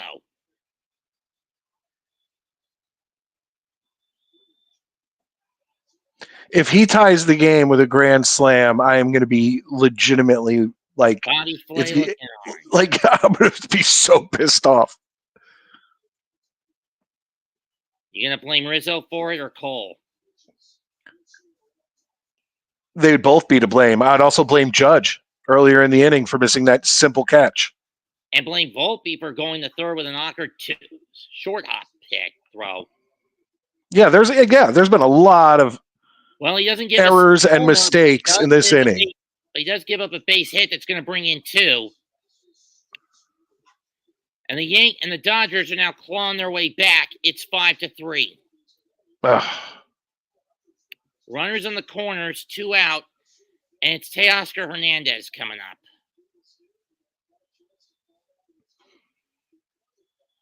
Jam shot in the center, in the shallow center.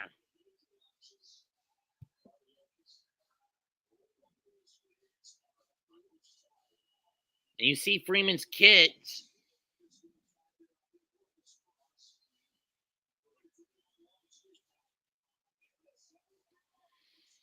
Freddie Freeman now with 12 World Series RBIs. That ties him with Bobby Richardson. Teoscar swings and misses at a cutter, 0-1.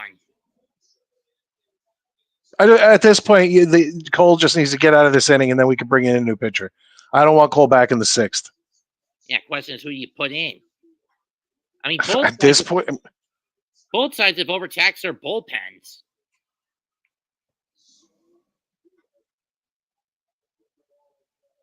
Fouled off, 0-2.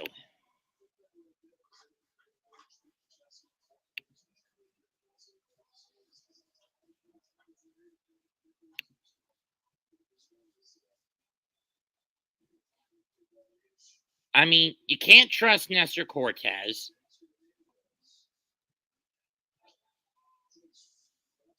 I mean, the only fresh pitcher you have left is Marcus Stroman, but I'm not sure if you even want to put him in. 1-2. well, okay, you know what? That's fair enough because we were just talking about it, and to be fair, we just named like 4 or 5 mistakes in this inning that caused this to happen that weren't Garrett Cole. Yeah, here it is. Okay, they showed it again. I know I'm behind you, but they just showed it. It was Look at all these mistakes, and none of this is Cole's fault. On the right, I mean the center, Judge going back, it's going to go over his head, and we've got a tie game. You are kidding me.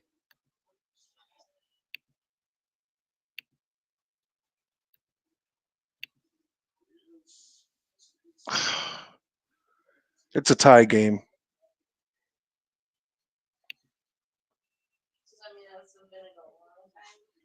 No, it's only the 5th, but it's just when you have a 5-0 lead to blow it like that. I'm not invested in baseball. I know. Only the yard goats, right? Yeah.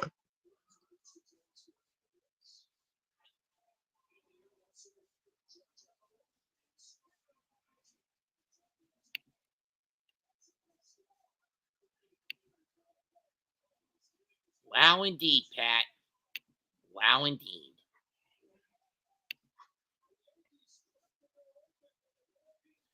Muncy takes ball 1.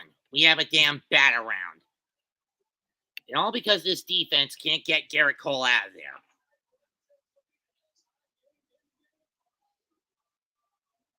Fuck the script writers of baseball.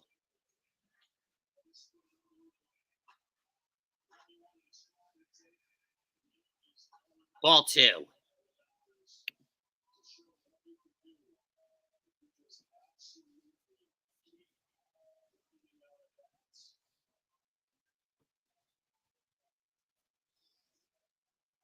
And Yankee Stadium has gone dead silent at this point. 2-0 pitch. And Cole. I've gone dead silent. Chase Teoscar back to center. Come on, Boone. Quit gambling on this kid and get someone else in the bullpen out. Ball 3.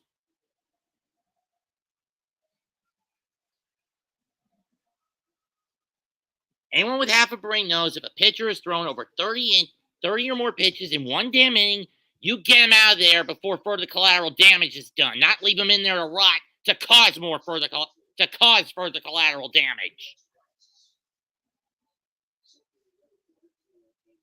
Pop foul, 3-1. I wonder how Bad Dog is taking this. And it's Tommy Canely warming up.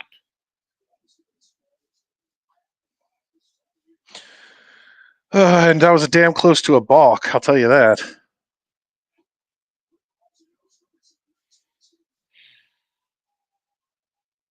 What pitch number is this for Garrett in this inning? 37? This inning, I have no idea. I don't have the stats in front of me. I just know he's 82 or 80, or probably with you, 83 or 84. Ball 4. Overall. Time to give him the hook. Because here comes Kike. And now they finally give him the hook. Canely coming out. Enough is enough with this kid.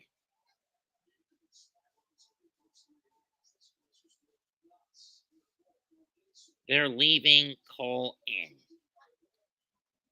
You son of a bitch. You son of a bitch. They want him to work through the inning, man. This is what he's paid for. And yeah, I mean, once again, he's part of the reason that it's 5-5, but he's not far from the only reason it's 5-5. Yeah, it's bad defense. Yeah, oh, absolutely. Like embarrassingly bad defense for professional ball players.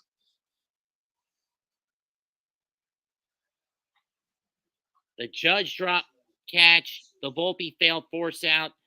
I'm not sure if the Yankees are going to recover from this. Well, I mean, it's going to be tough because now the Dodgers have all the momentum. Like their bullpen's pumped up, their dugout is pumped up. Like everyone on their team is now, like juiced up. First pitch is fouled off, 0-1.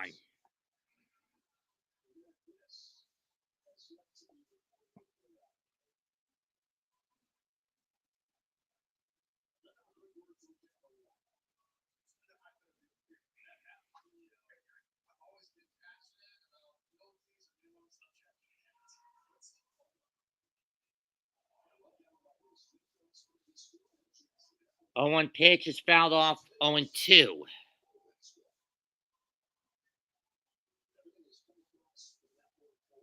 They gotta get out of this, get in the dugout, regroup, and be like, guys, we're not losing. It is still tied. We're still hitting well tonight.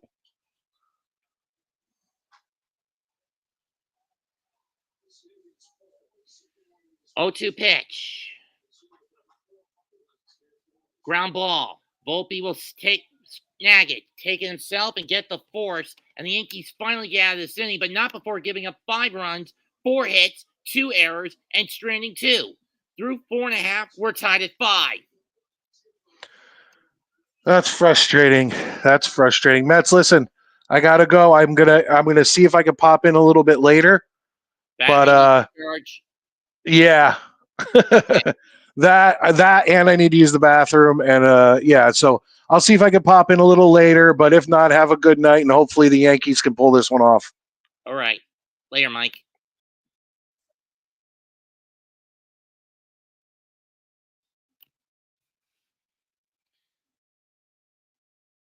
I mean, seriously, Yankees, how do you let this one get away from you? Alex Vesia will come in to replace Kopech to start the Yankee half of the 5th.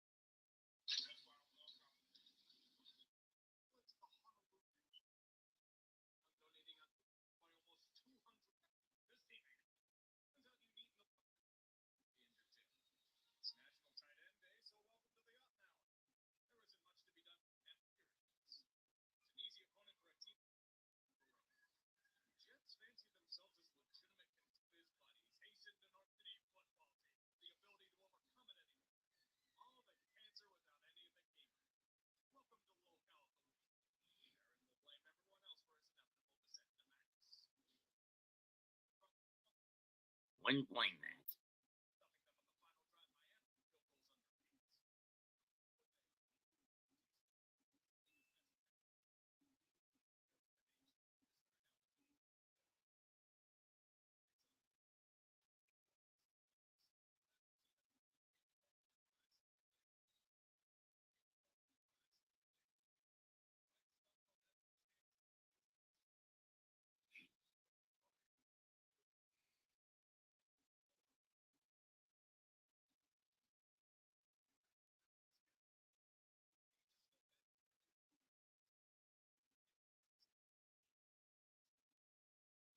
Leading off, it's Giancarlo. First pitch from Vesia. Strike one.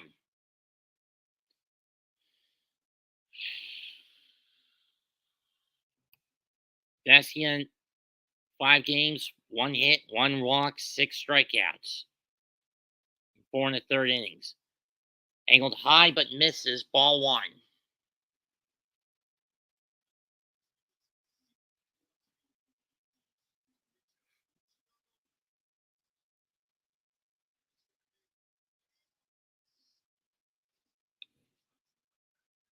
Ground ball up the middle. Lux gonna scoop it up and grab and throw it to first. 1 down.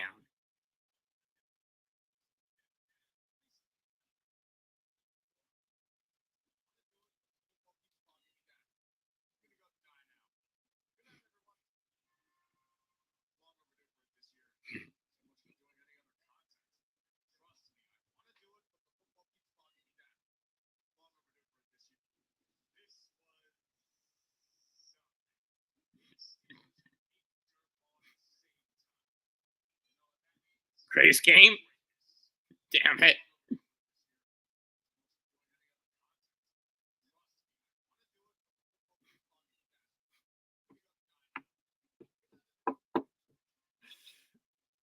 First time the Giants have been in his greatest game videos. You know what? Fuck it. I'm gonna laugh my damn ass off for it. Ball 1. When it comes up tomorrow. Ball 1.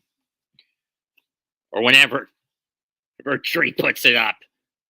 For those wondering, his the greatest game 2024 edition will be Giants versus Steelers from this past Monday night. Mostly in a tongue-in-cheek sense. Foul ball 1-1. Top of the 5th offense. 10 batters, 5 unearned runs, 4 hits, 2 reached on error, 38 pitches thrown for Cole. He's done for the night. By Cole. He's done for the night. Strike 2. Clan of the Cave Bear. Derp, derp, derp, derp, derp, derp, derp, derp, derp, derp. 1-2. Rizzo hits a lazy liner. TK will grab it as it hangs up for him.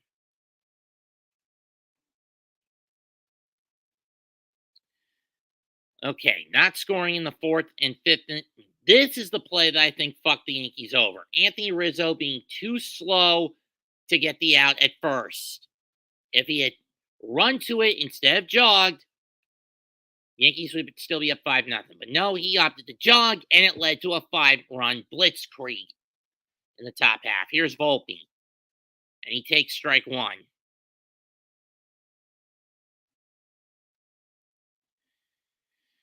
You dumbass son of a bitch.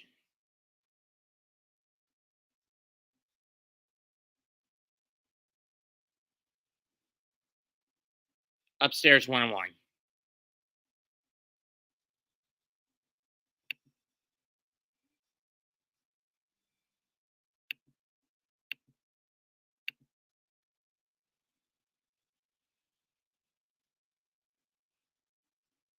Swing and a miss, strike 2. And Volpe will call timeout.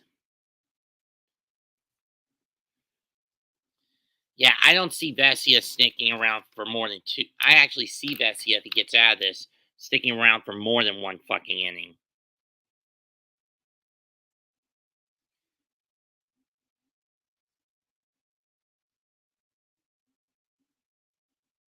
1-2. Volpe lines one to right field for a base hit.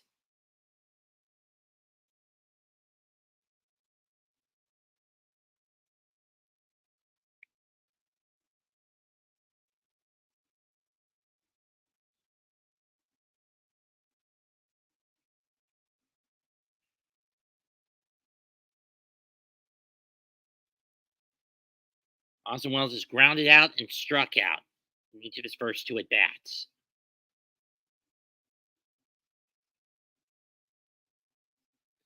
The Yankees have a lot of runs they need to get back. First pitch is low, ball 1.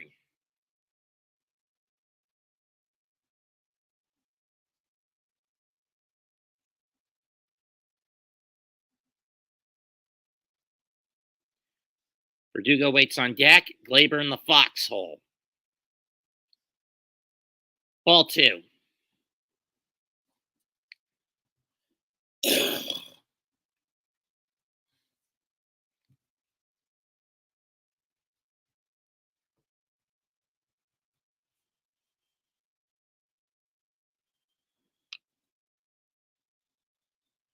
Two-zero pitch. Oh, and Wells gets plunked in the hand. Or actually gets plunked in the wrist.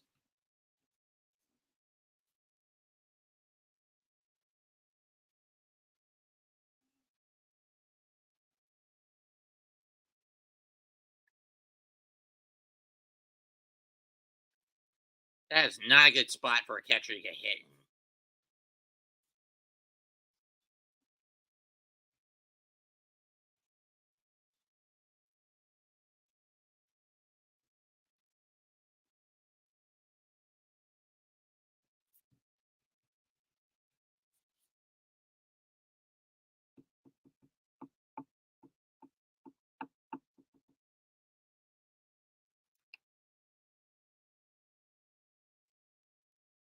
Unearned runs this postseason. Through their first 13 games, the Yankees coughed up only 3 of them. Tonight, they've coughed up 5. And all 5 of those runs, unfortunately, charged to Cole because of self-indulgent and stupid defense.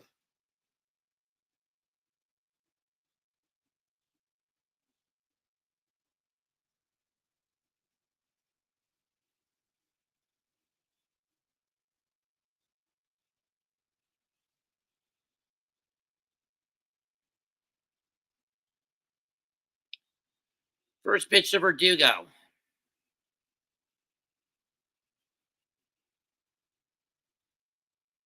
Ball 1.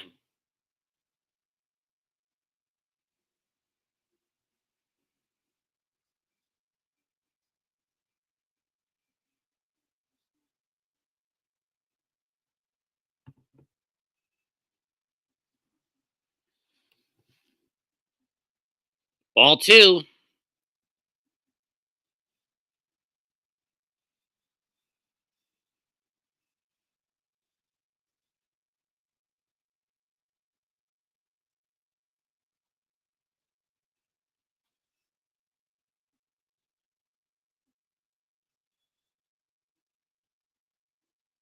Outside, 3-0.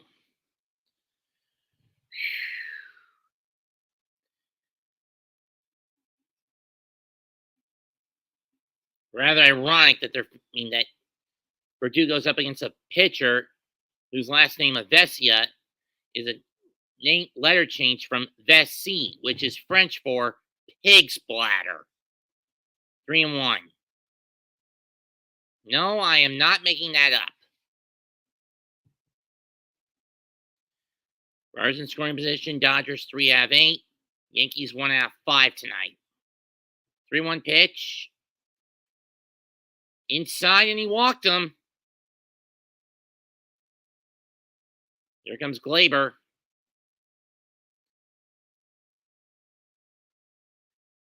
And Gratterall warming up in the Dodger bullpen.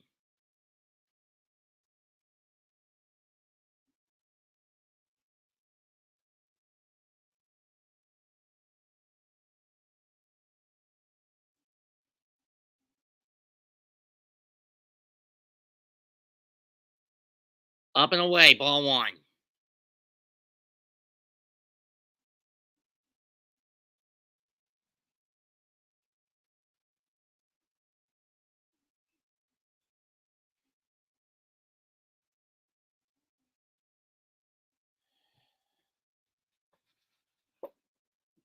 One-oh pitch.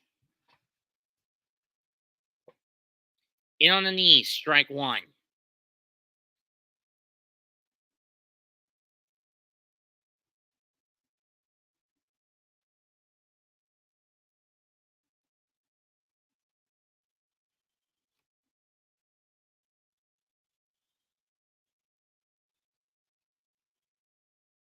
Strike two as he swings and misses that four-seamer. Middle out. This is not a situation the Yankees wanted to be in. While at the same time they did want to be in, but not with a 1-2 count.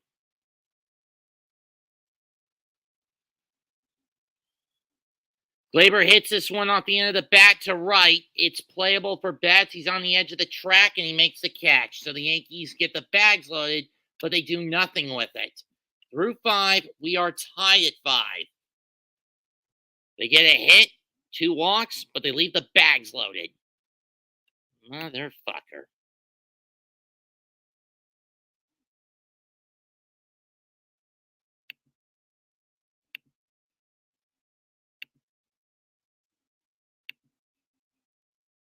I wish I knew, Iman. I wish I knew. We go to the 6. It'll be Edmund Smith and Lux facing Tommy Canely.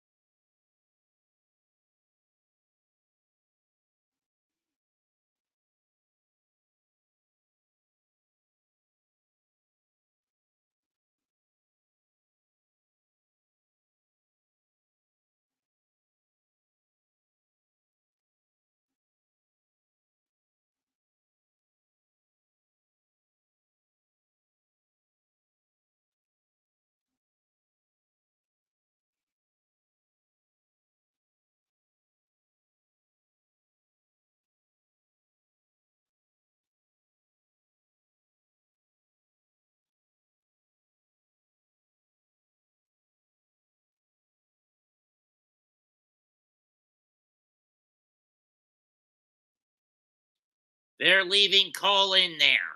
Where's the logic in this? First pitch, strike one to Edmund.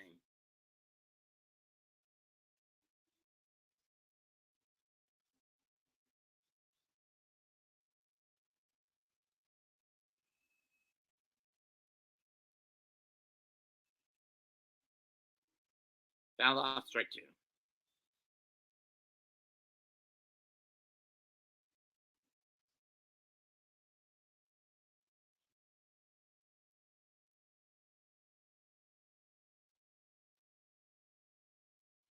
Oh, 2 pitch.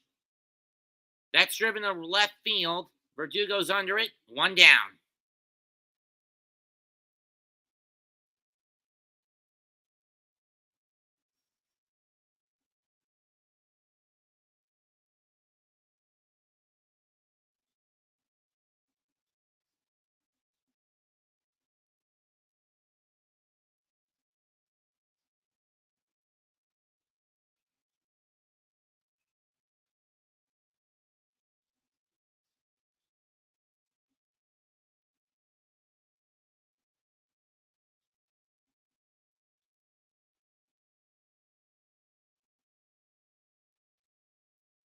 One zero.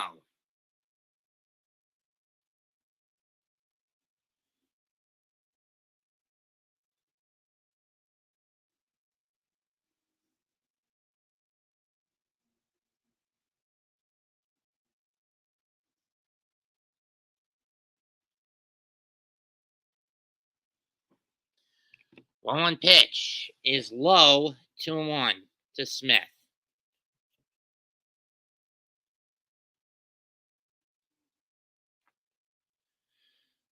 And now Tim Hill warming up in the bullpen for the Yankees.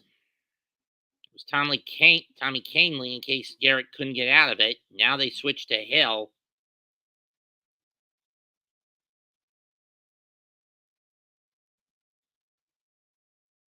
That's fouled off. 2-2.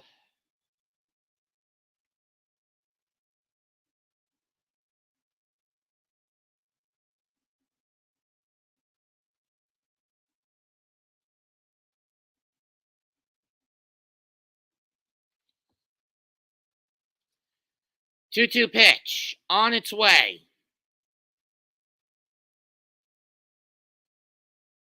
Swung on and missed. Strike 3. Sit down. That's strikeout number 6 for Garrett.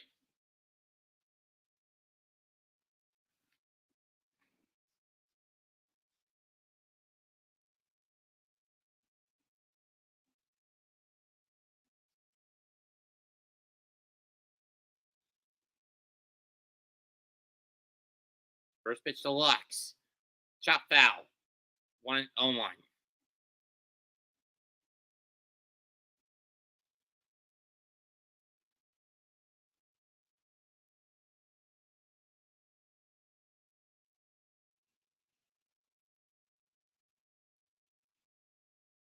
Fouled off. 0-2.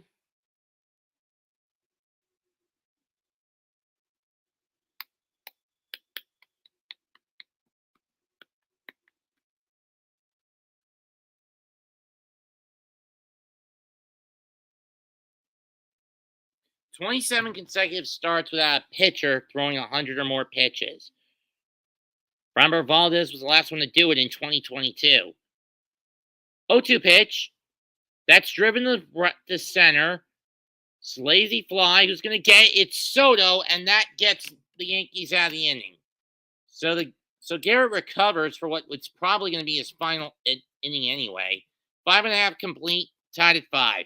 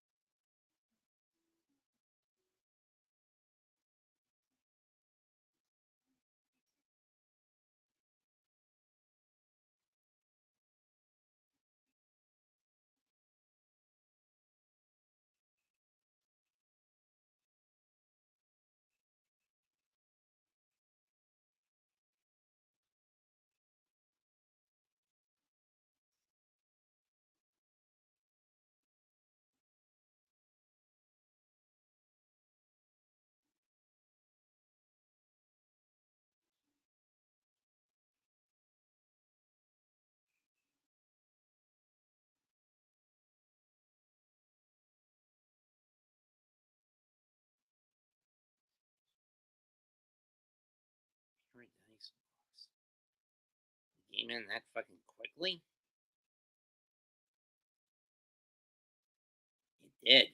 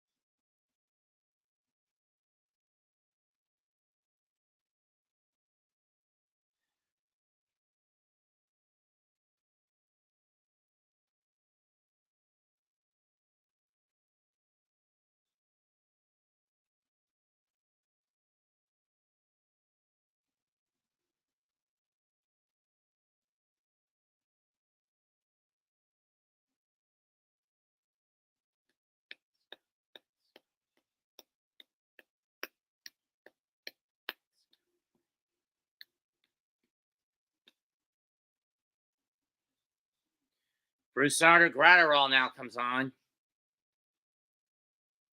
First pitch to Soto gets to the backstop, 1-0.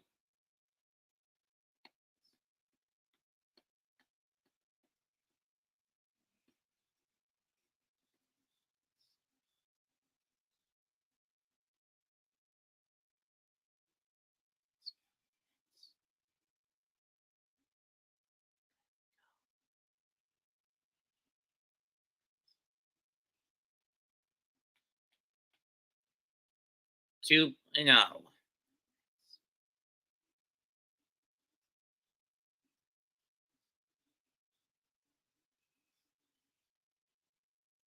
Bounce it off, 2-1.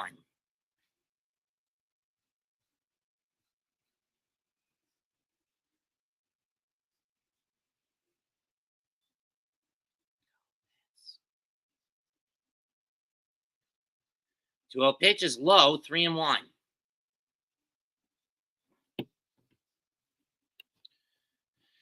So takes his batter's timeout. I don't know why.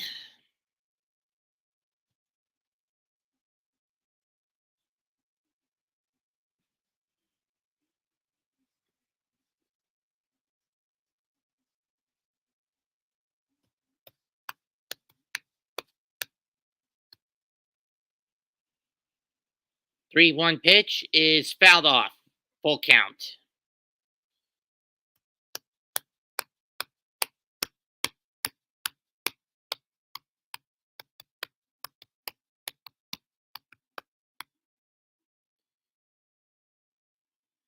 Here's the payoff pitch. High ball 4, and Soto's on with a leadoff walk. Here comes the judge, who started the scoring for the Yankees with this bomb in the first. And then he had this defensive gem, but then he has this defensive goof.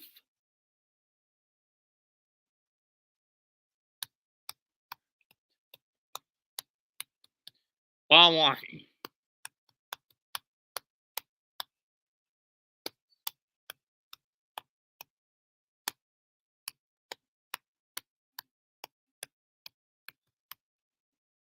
One and one as he just stares at a slider. Or that was over the plate. I mean, he could have taken a whack at it.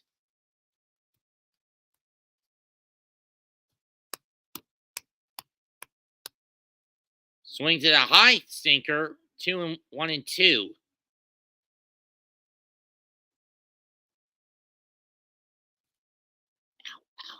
45-5 when Judge and Stan hit a homer in the same game, including the postseason of the Bronx Bombers.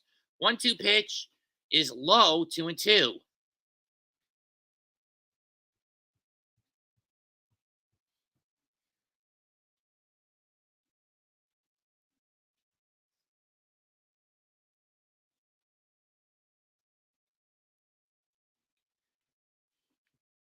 Ball 3.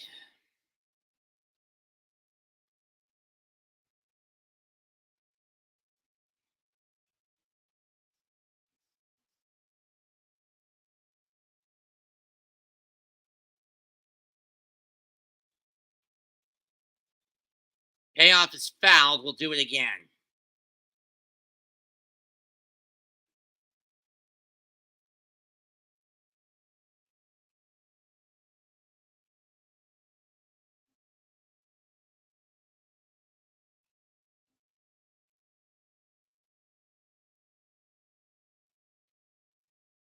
And that's fouled off. We'll do it again.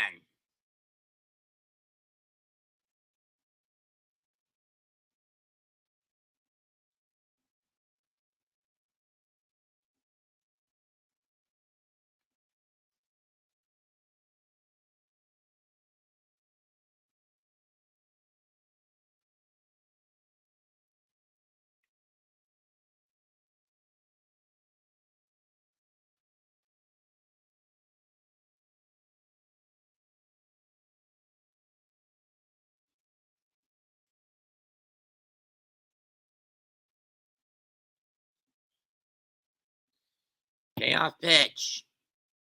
High, ball 4. Gratterall has thrown back-to-back walks.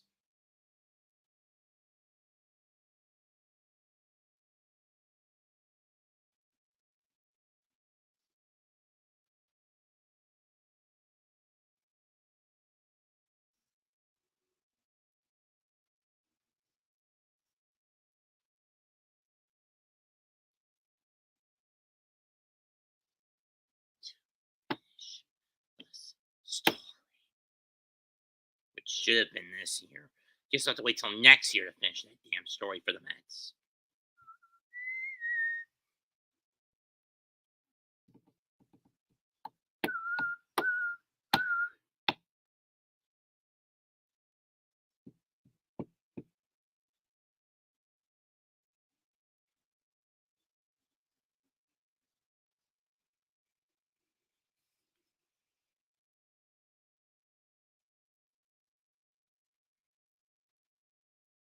Chisholm waits on Chisholm up at the plate.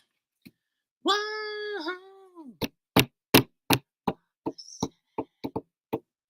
Swing and a miss, strike 1.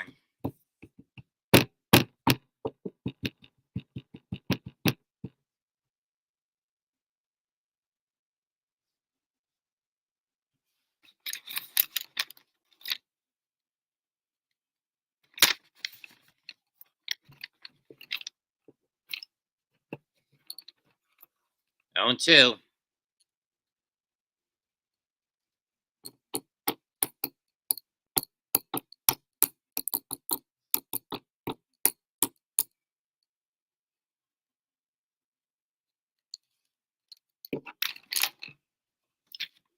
Oh, 2 pitch.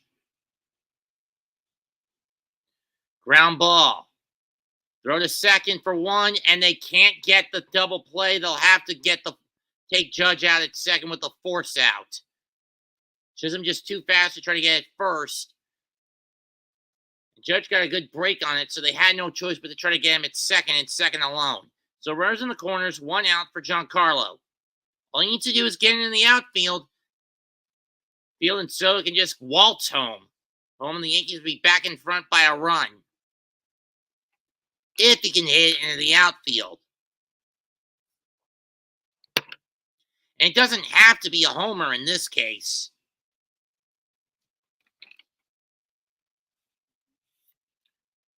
Soto smacked me. Giancarlo smacks this one. It's playable. And Kike calls off Teoscar. Go to second. Chisholm is safe. Run comes home. It's now 6-5 on the sac fly.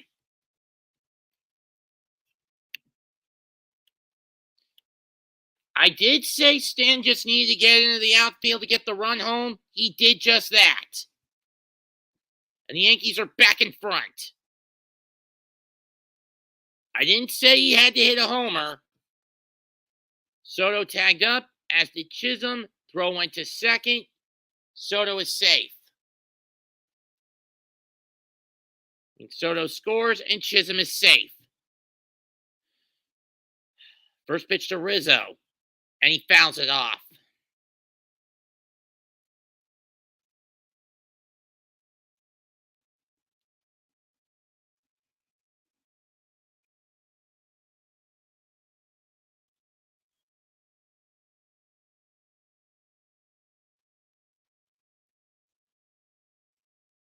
1-1.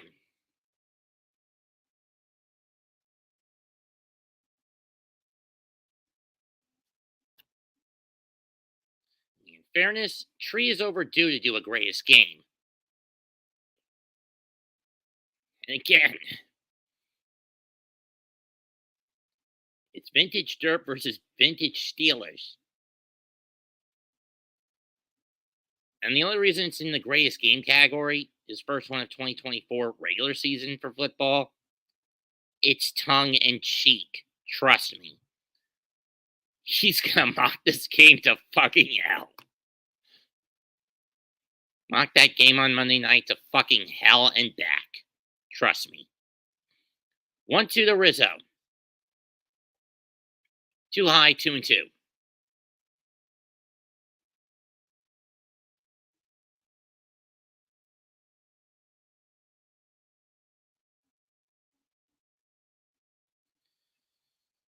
Ohtani waits for his turn at bat in the 7th, because we know who's starting off the inning then.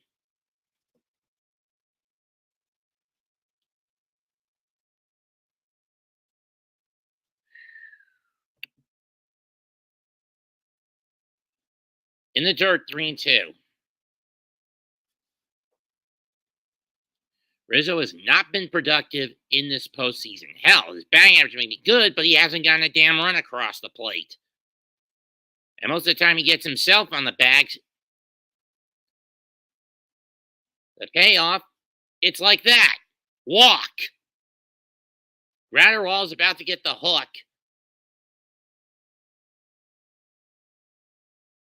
As Volpe is about to come up.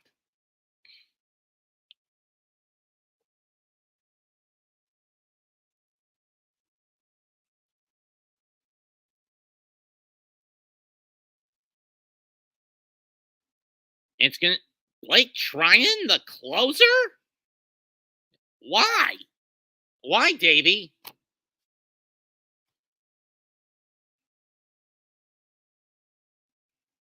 Why go to your closer?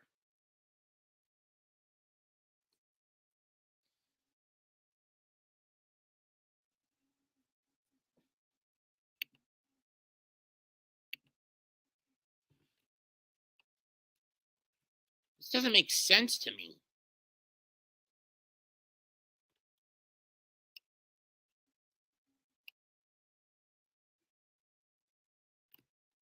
Ow. Yankees get one of the runs they coughed up last inning, about an inning and a half ago back.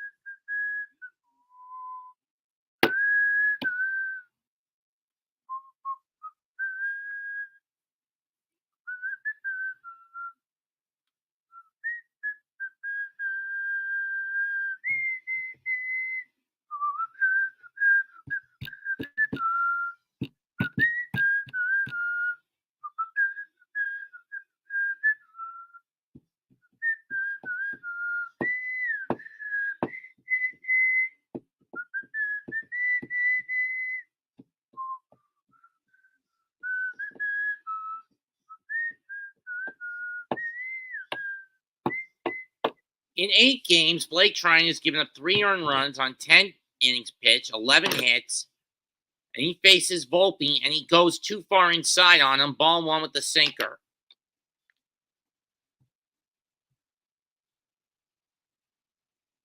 He's coughed up a run in 3 straight outings. Gave up a run in Game 2 in the 9th. Gave up a 2-run shot in the 9th in Game 3. And gave up a run last night. Both being games 1 through 3, 1 for 12 at the plate, 1 RBI. 3 extra base hits, 4 RBIs, 4 runs in the last 2 games. 2-0 since changing his batting approach. 2-0 pitch. Over the plate, 2-1 with the sinker.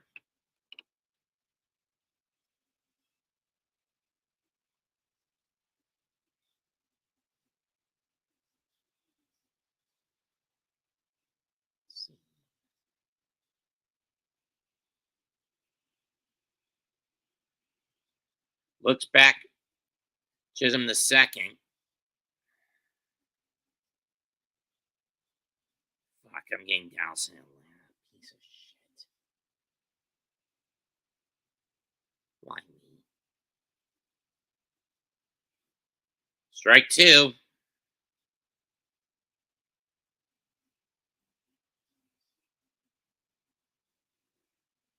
So much for good regional coverage. Why am I getting Dallas and Atlanta this Sunday instead of New York and Washington? Full count.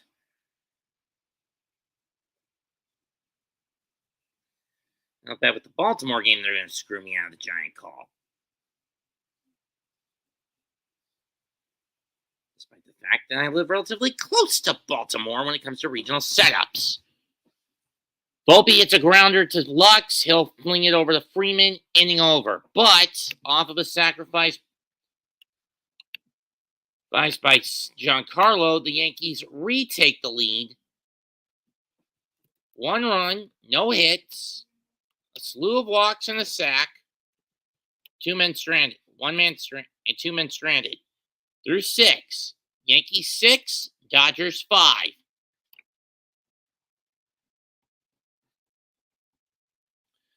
The question here is, if you're Aaron Boone, who do you put in to face the top of the order? Or of Ohtani, Betts, and Freeman?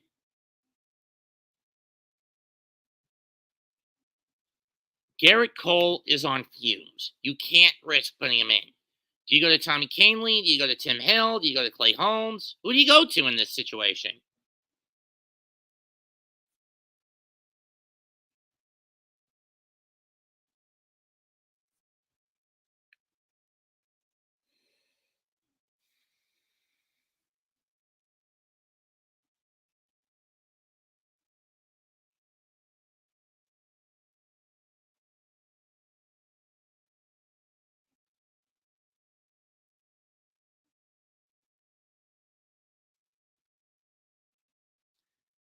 Giants are off on week 11. They got prime time. Nope, they're off. Thank fucking God.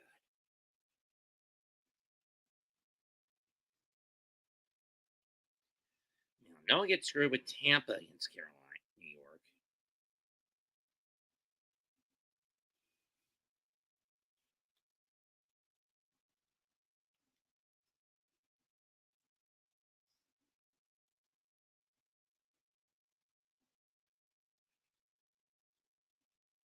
Or like I'm going to get Detroit against Buffalo for the early week during week 15.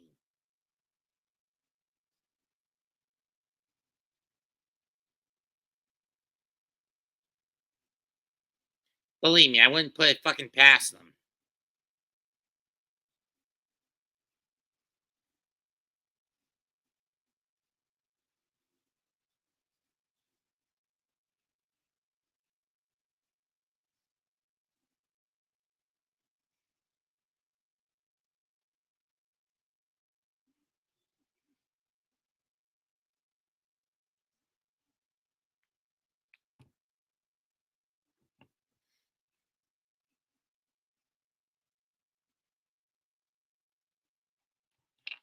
Okay. Who's it going to be?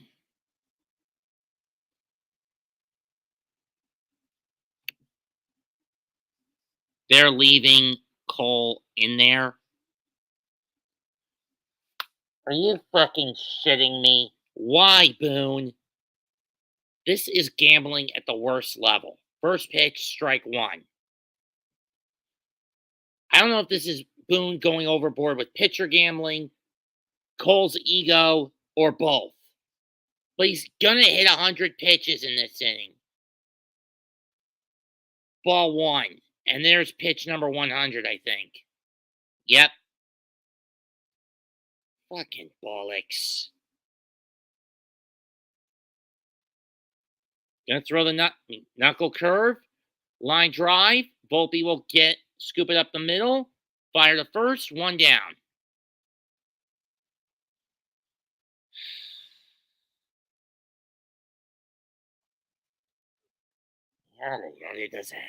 Here's Mookie Betts. Betts has walked, singled, and scored a run that never should have happened.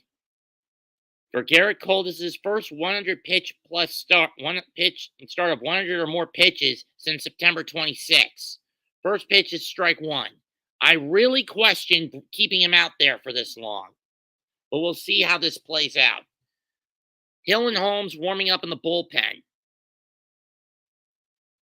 Grounder back to Cole. He'll fire it to Rizzo, 2 down.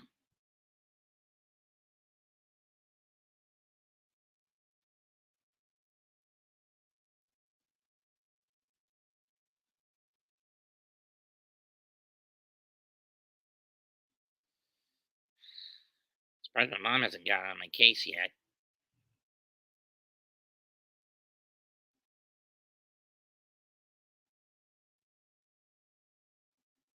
First pitch to Freeman. In the dirt. Ball one. Went with the changeup. Freeman hit a 2-run single that pulled the Dodgers within 2, and then Teoscar Hernandez hit, at the time, the game-tying double. Ball back in the 5th.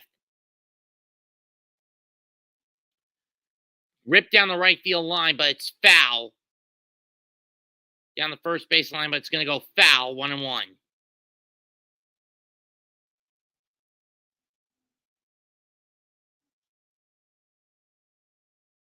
Cole's arm's got to be tired. He's thrown 105 pitches up to this point. Ball 2. And he goes to the cutter and misses high.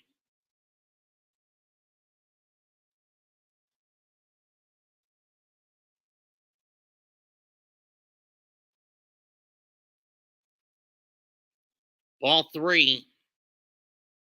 He's falling way behind Freeman now. He needs to get him to chase something.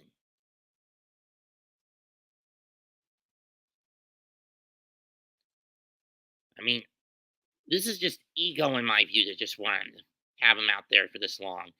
Ball 4, and now they're finally going to give him the hook. Question is, do you go to Holmes or you go to Hill against Teoscar Hernandez?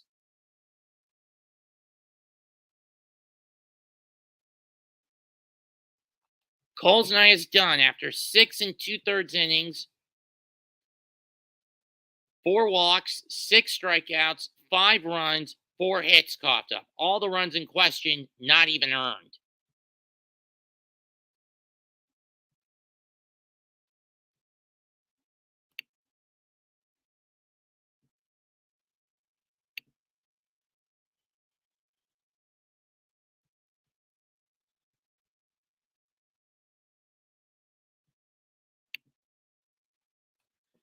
And for those wondering, they're going to Holmes. And for those wondering the attendance numbers I couldn't get for games 3 and 4. Ow.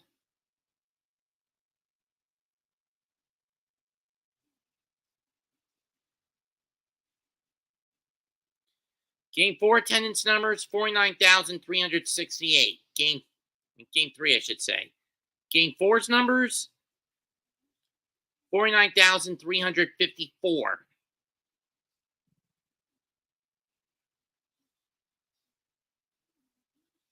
Shut up, Andy Reid.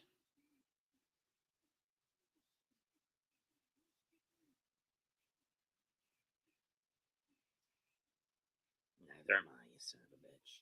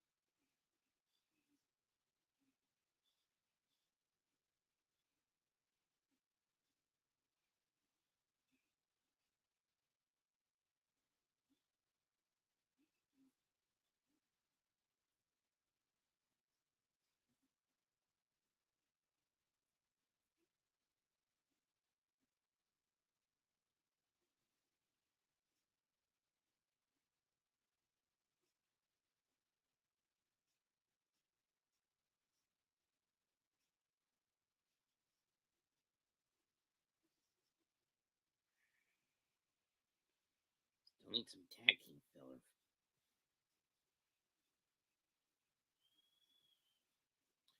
First pitch is a ball to Teoscar, 1-0.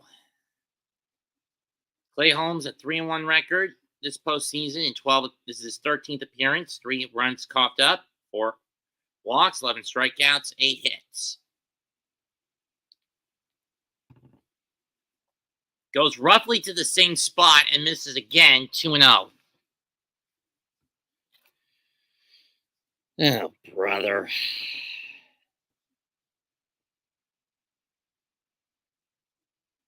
You gotta wonder how overtaxed both sides are with their bullpens. 3-0 now from Holmes to Teoscar.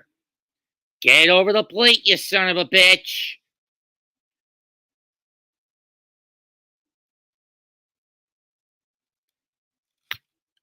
Motherfucker. Ball 4. That brings up Muncy.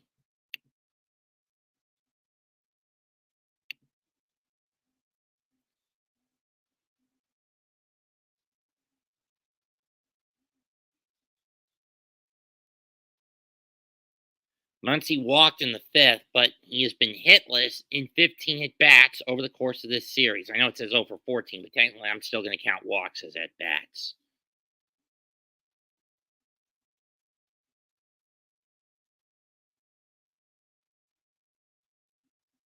And that is 5 fucking balls in a row from Holmes. It should have gone with Hill, Boone, not Holmes, you dumbass. Runner on first and second, 2 out. 1-run lead for the Yankees. 1-0 pitch. This time he finally gets a strike call, 1-1.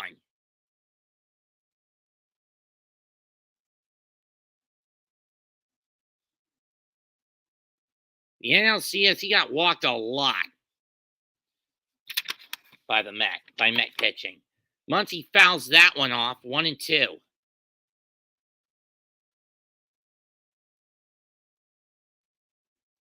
Come on, Clay, get the strike. I'm not a Yankee fan, but still, better than the Dodgers rubbing this shit in my face all year.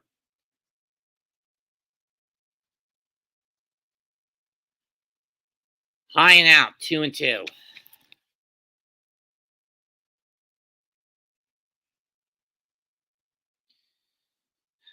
Come on, you motherfucker. Stop playing cute with this guy. There's way too much break on these pitches. 3 full count. Can you stop throwing that damn sweeper? Because it's not hitting where you need it to go, Clay.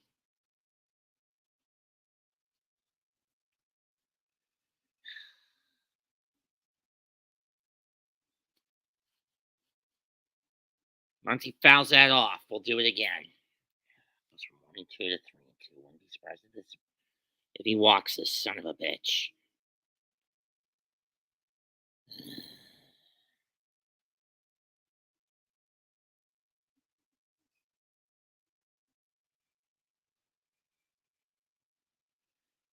Payoff pitch. Got him looking! Time to stretch.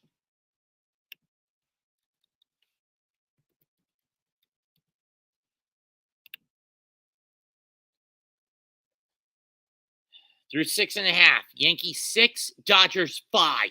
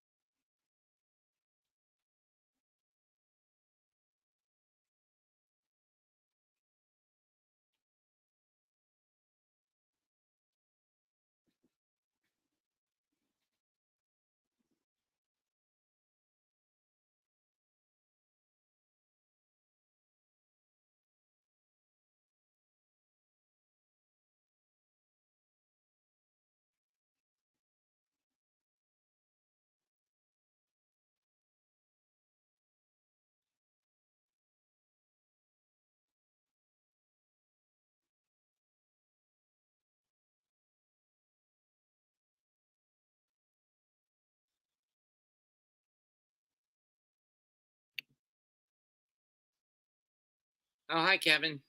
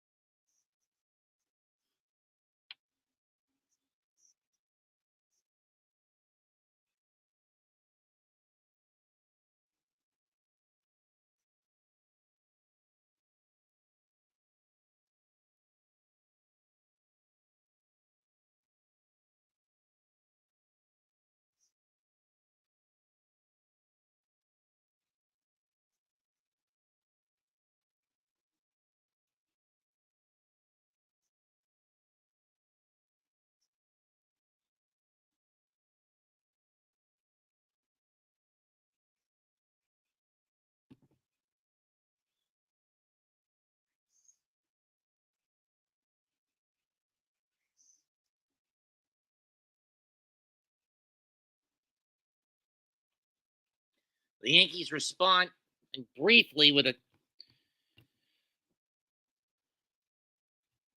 So Tryon will stay in to pitch the seventh. Interesting. First pitch to Wells, and he takes strike one on the sweeper.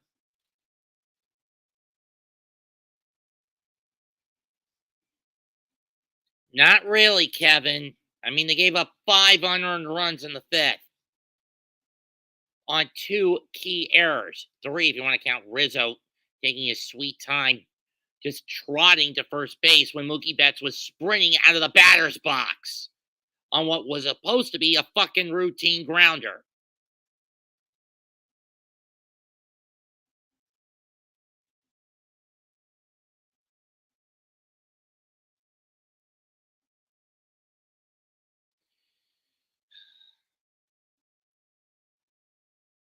O2 pitch. Pop foul. We'll do it again.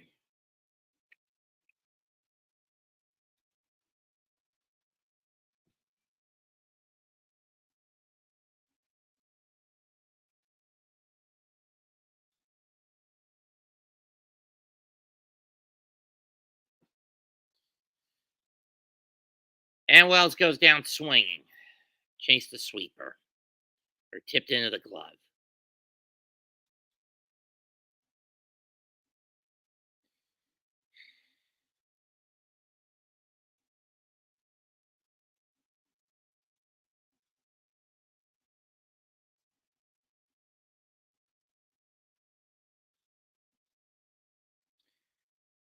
Here's Verdugo. Takes strike one on the sweeper. He has singled, walked twice, and driven in a run. As Verdugo.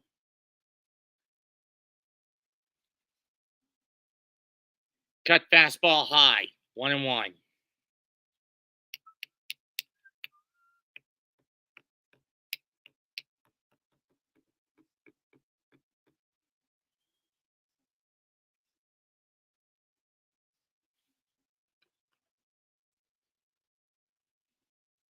Foul off to the backstop.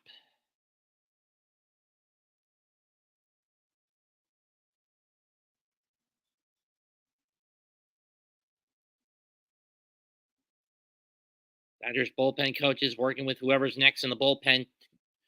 For whoever will be pitching next after trying. 1-2 pitch. Up and in. 2-2.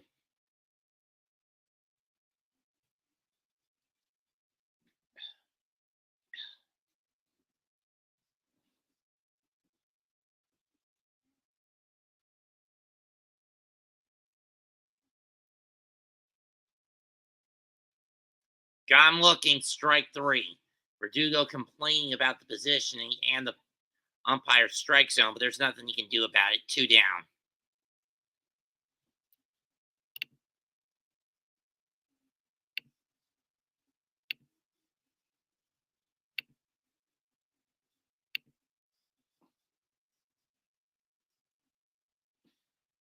Here's Glaber.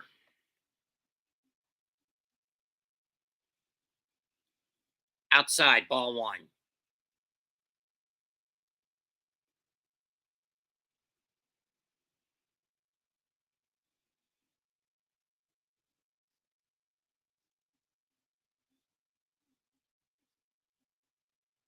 Ball 2.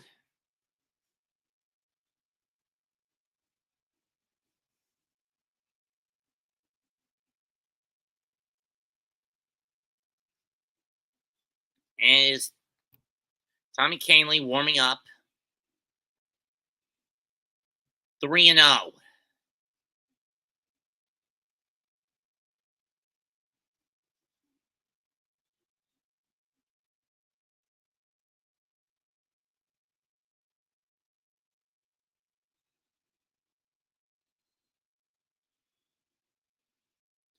Takes the fastball. 3-1.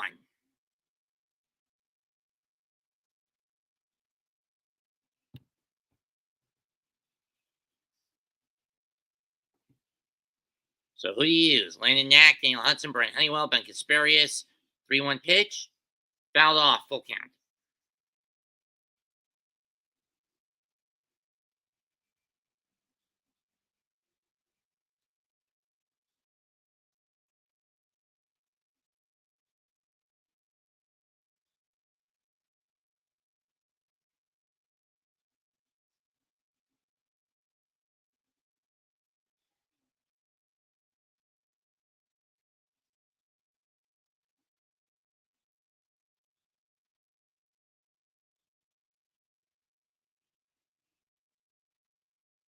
Breaks the bat.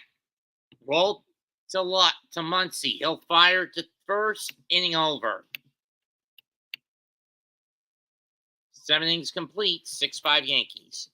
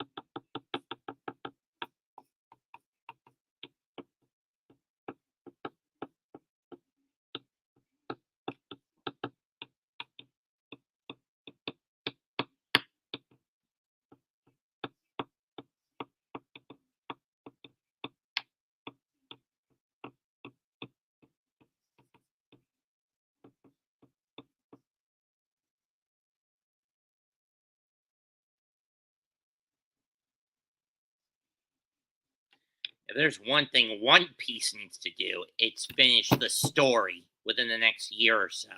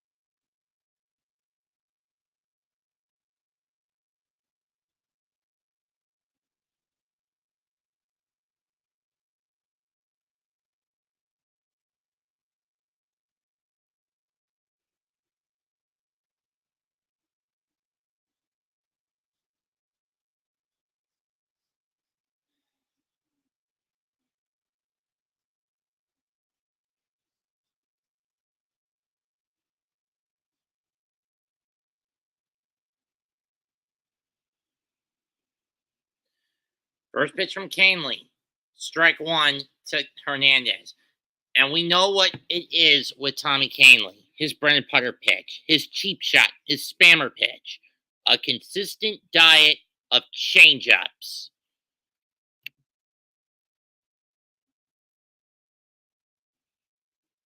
1-1. Can you pitch something other than a damn changeup, you motherfucker? Please, give me something that's not a fucking changeup.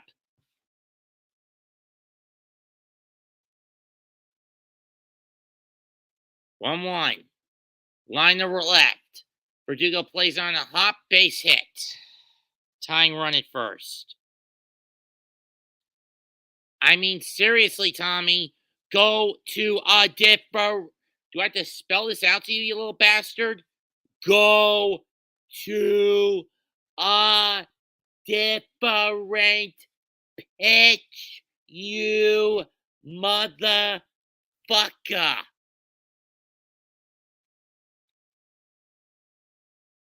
And he's still sticking to that damn changeup. Edman lines one through the hole. Volpe has to cover it because it's a flimsy grounder. And now runners on first and second, nobody out because Canely doesn't have another pitch. Everything is thrown. It's a fucking changeup. Enough's enough, dude. Throw a fastball. Throw a slider. Throw a curveball. Anything but a fucking changeup.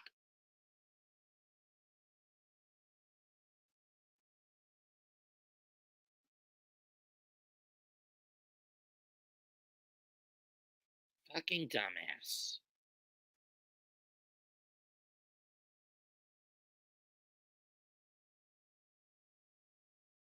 I mean, seriously, does this dumbass of a pitching coach, can this dumbass of a pitching coach give Canely a bitch slap to the head to tell him to stop throwing the changeup and just throw something else? Do that. Slap Canely in the back of the head and tell him to stop throwing changeups. Just do that. Bitch slap, back ahead, no more changeups. Is that too much to ask? Is it?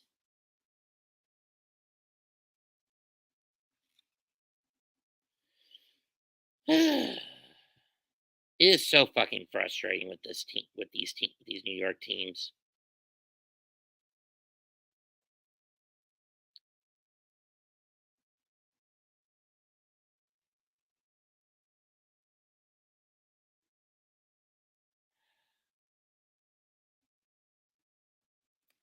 If I had a nickel for every time I gambled that Tommy Canely was going to throw a fucking pitch up and change up, I'd have at least six. I'd have 6 nickels at most. I mean, at minimum. And it's another fucking changeup, this time in the dirt, ball one. Tommy, stop throwing changeups, you dumbass. They're not chasing it. Go to a fastball, go to a curveball. Anything but a fucking changeup.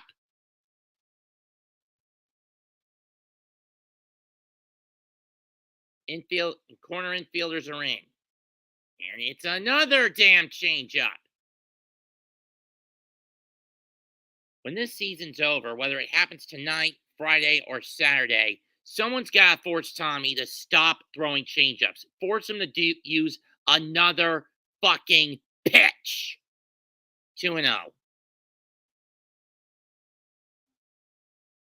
Enough with the fucking changeups! 3-0. Someone give this little fucker the hook and get Weaver out there now. Because if he's only throwing changeups, it's cheap. It's redundant. It's bland. It's spam.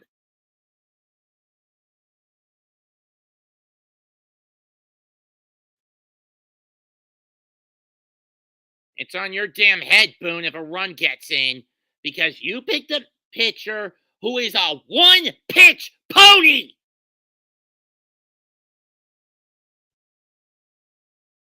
A simple fucking one-pitch pony, and that pitch is a fucking changeup. Get him off! Thank you, you son of a bitch! Never should have put this little bastard out there if you knew he was just gonna be Mr. One-Pitch Pony like he usually is.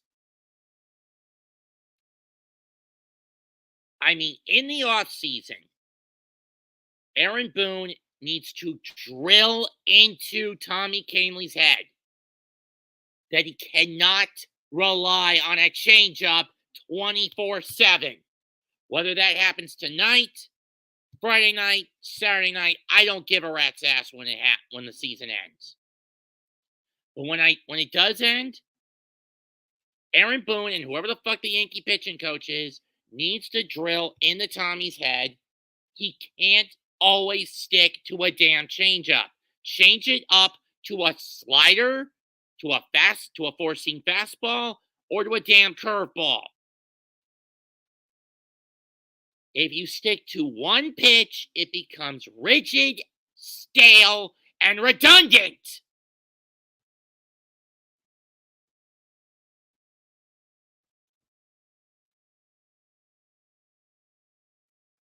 It was nothing but change-ups.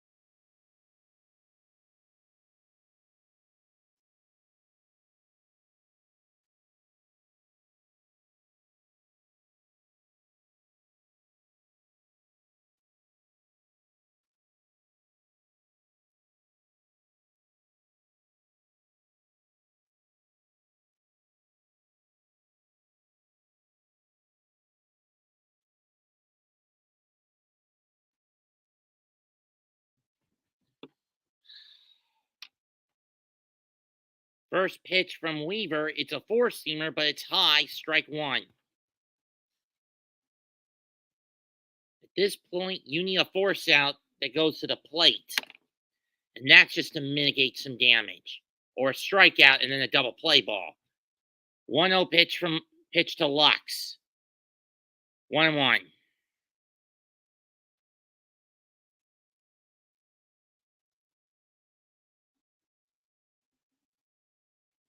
The Dodgers win this game because of Tommy fucking Canely choosing to never deviate from the changeup. It's on Boone's head. In the dirt, 2-1. Tying run 90 feet away. Go ahead run in scoring position. Insurance run at first for the Dodgers. Here in the 8th.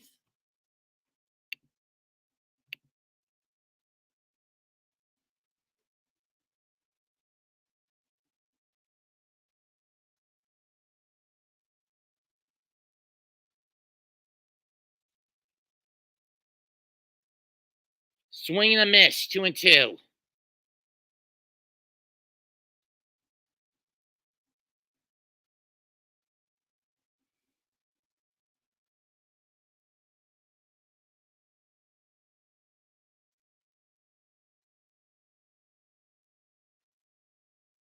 Ohtani and Betts wait in the wings. Oh, God damn it.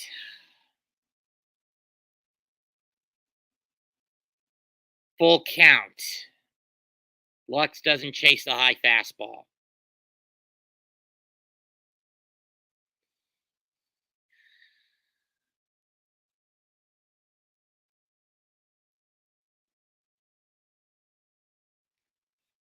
I can't fucking look. Payoff. Lux smacks one to center. It's playable. Judge makes the catch. Tag up by Kike. Runners tag up. Tie game. Edmund. Kike score. Muncy scores. Or Kike scores. Tie game.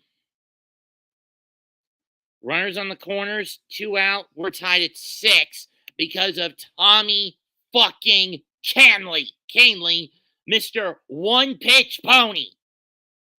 And that pitch is a damn changeup. Ohtani's up next. Seriously, Boone, there was no logic in bringing a guy in who's a one-pitch pony. A fucking one-pitch pony.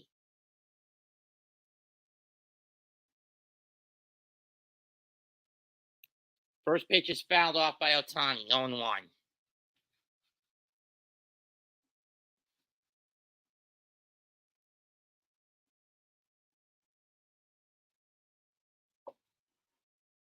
Wait a minute, catcher interference? Are you shitting me?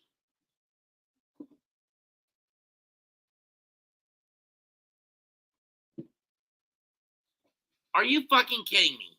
Catcher interference?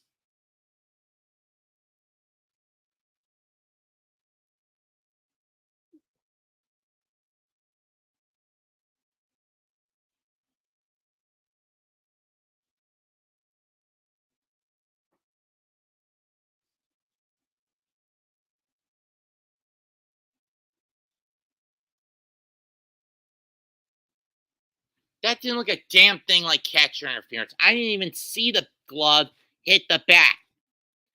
Touch the bat.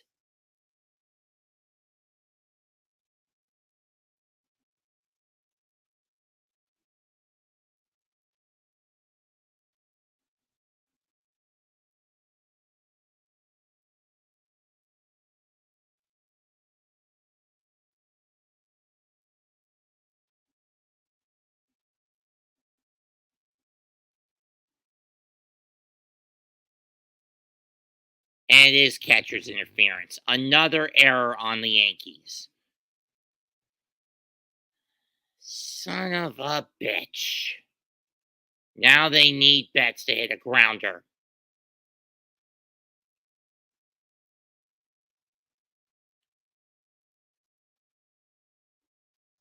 Bases loaded again. 1 out. Tied at 6. Top 8. And all because the Yankees decided to put in a damn pitcher who's a fucking one-pitch pony. Betts lines 1. Center field, playable, tag up, Dodgers take the lead.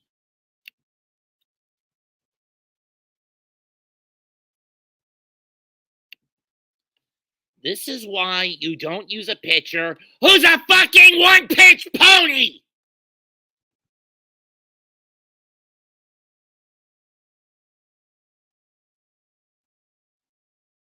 This falls on Boone's head if the Yankees lose this one.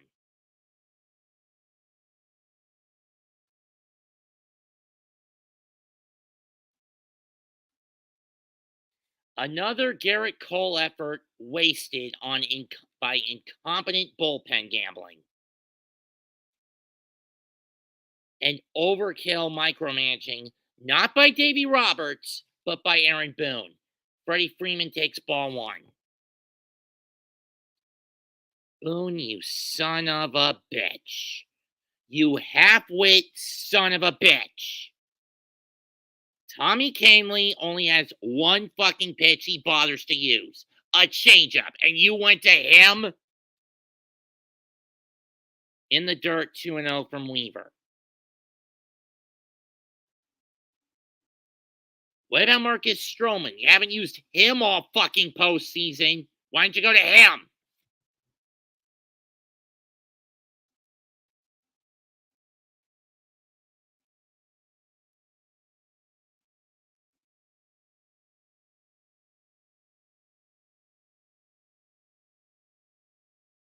Two-0 is fouled off. 2-1. I'll be so glad when the season's over. Whether it happens tonight, Friday night, or Saturday night. Dodgers are now 6 outs away from ending the narrative. And Walker Buehler is warming up in the Dodger pen. Are you shitting me? They're going to Buehler for the 8th? Fouled off. 2-2.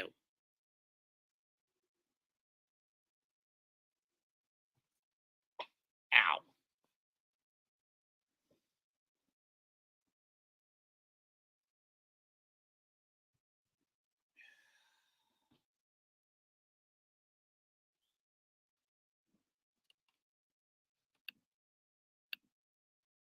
And Freeman goes down swing, but that doesn't matter when you consider the Dodgers scored 2 on a pair of sac flies, 2 hits, and a walk. Most of this charge to a man who has only one damn pitch in his arsenal that he bothers using. I know Kahnle's got a fastball, a curveball, and a cutter somewhere in that arsenal. But why was he so overly reliant on spamming the fucking changeup?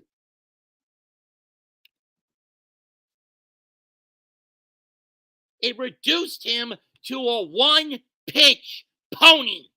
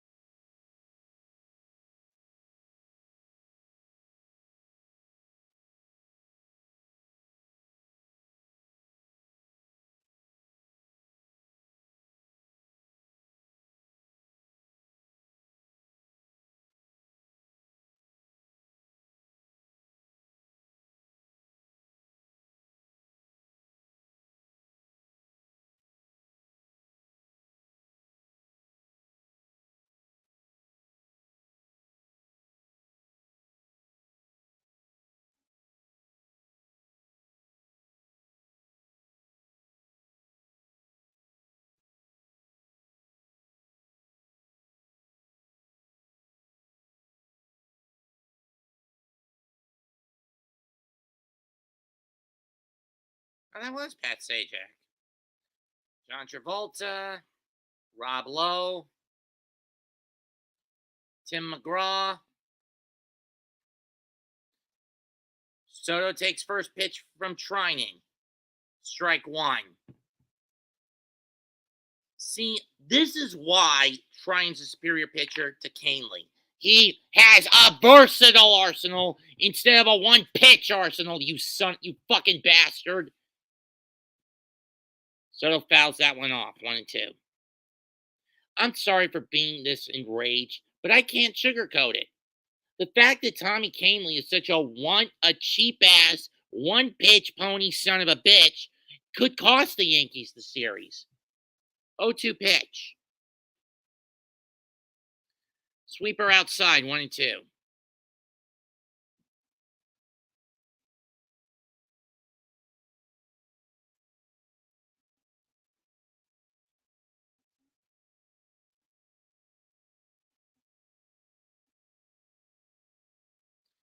Soto ground ball. Freeman will scoop it up. Fling it to a speedy Trinan, one down.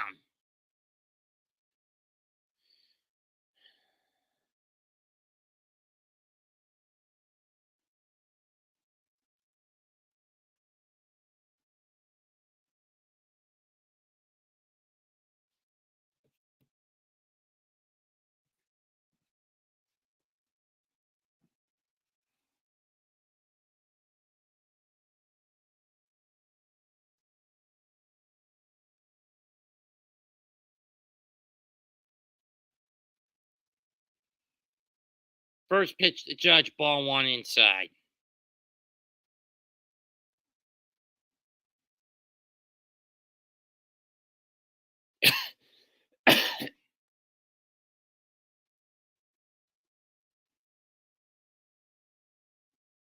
Ball two.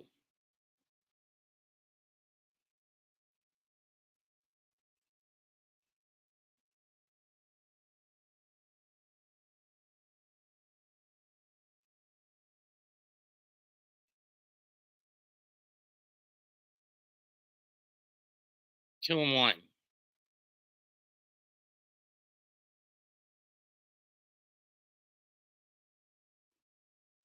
Cause, effect, and consequences, Boone. Cause, effect, consequence.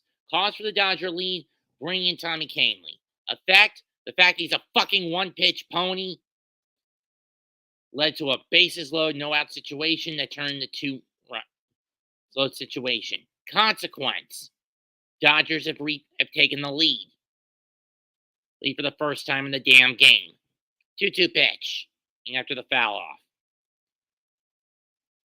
In the dirt, 3-2.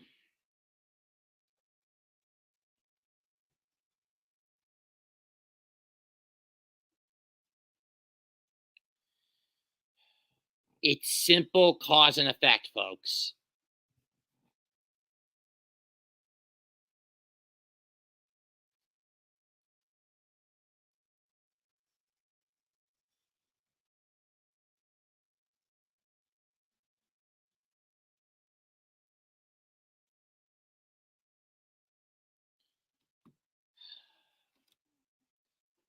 Payoff pitch after the foul off.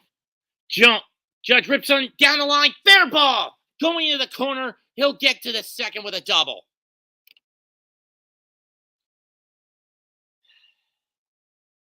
Tying run at second. Chisholm coming up.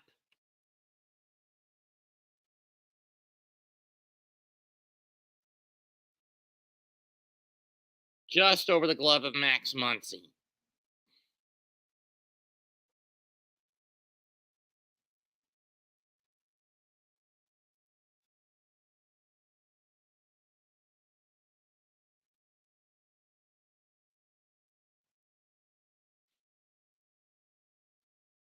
Chisholm is over 17 this postseason with runners in scoring position. Can he change that narrative? First pitch is high. Ball one.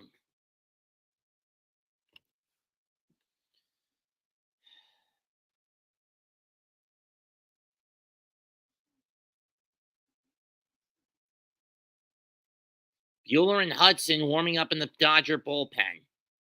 mean, you would want to say Bueller for Game 6 if it comes to that. You'd probably go to Hudson if Tryon starts to gas out. 2-0.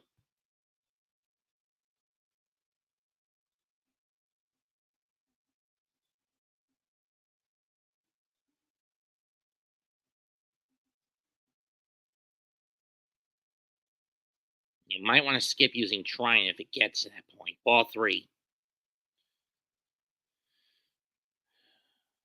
Giancarlo waits on deck. In the foxhole is Rizzo.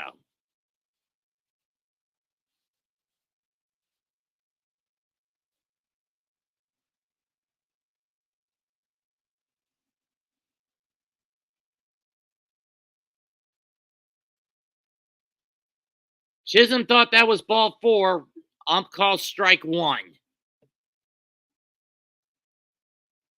Stay in there, kid.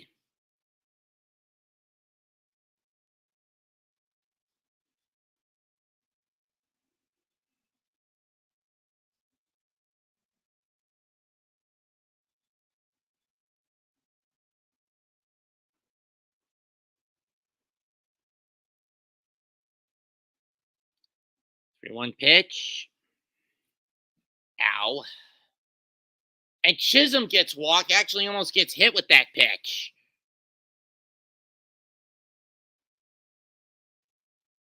Go ahead now on first for Giancarlo.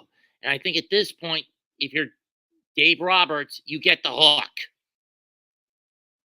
And here he comes. Is he going to go to Bueller or is he going to go to Hudson?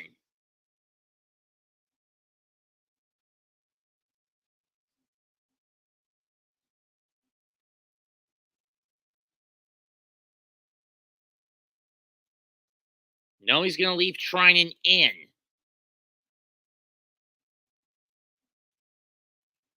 Interesting choice.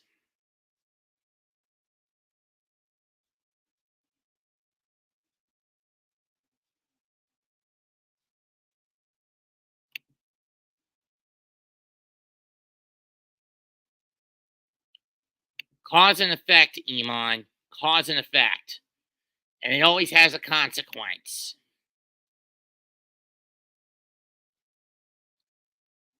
18 postseason homers for Giancarlo. Can he make it 19 or at the very least get the tying run home with a double?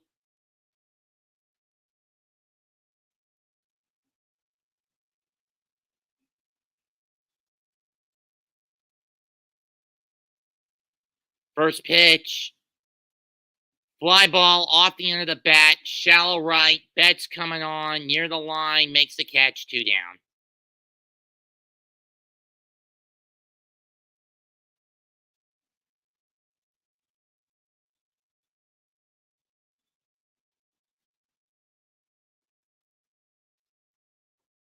Now here's the guy you don't want up in this situation if you're the Yankees. Anthony Rizzo, who has been muda in these situations. Actually, he's been pretty muda in terms of productivity. What does muda mean? If you ever, any fans of JoJo's Bizarre Adventure would tell you that muda is Dio's word for one adjective. For one simple adjective. You know what that word is? It's useless. Useless. I mean, Rizzo has been useless in this series, in these situations. His productivity is shown. The outside getting on base through walks or small ball hits without getting a run home, he's useless. Useless, useless, useless, useless, useless!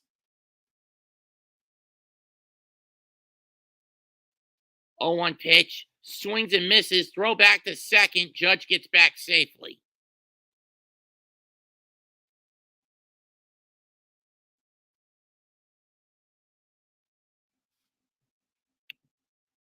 Pat, have you seen his numbers this year in the postseason?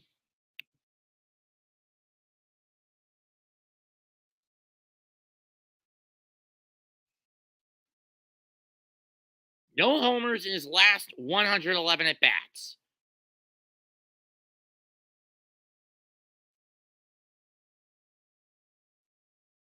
If that's not a sign of telling you how muda he is, I don't know what is.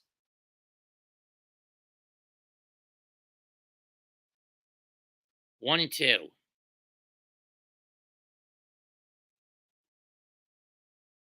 And the son of a bitch strikes out swinging. Told you guys, this month Rizzo has been muda. Muda, muda, muda, muda, muda, muda, muda. Useless.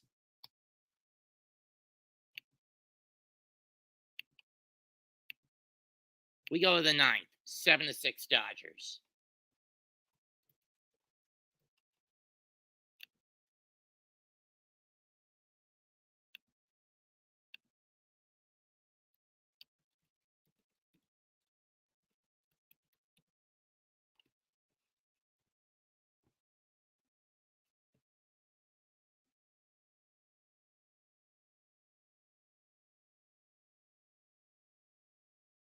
Think of that, Raph.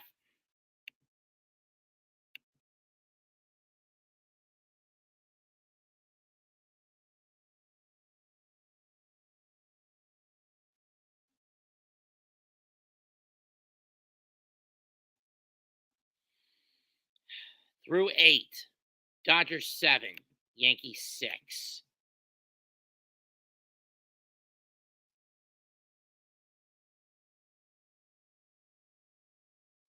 And what's been the main catalyst to how useless Rizzo has been for the past year and a half? The concussion he tried to play through last year.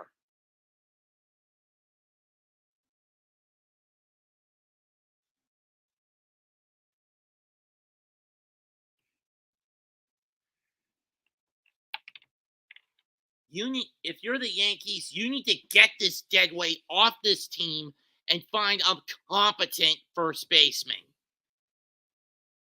For 25. You can't rely on this guy anymore. He's been a damn rat.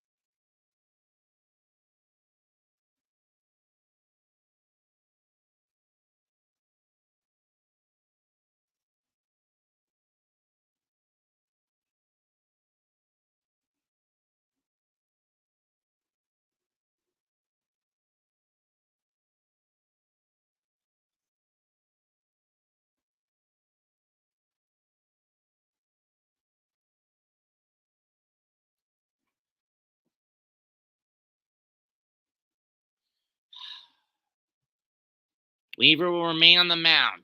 He'll face Teoscar, Muncy, and Kike. First pitch. Strike 1.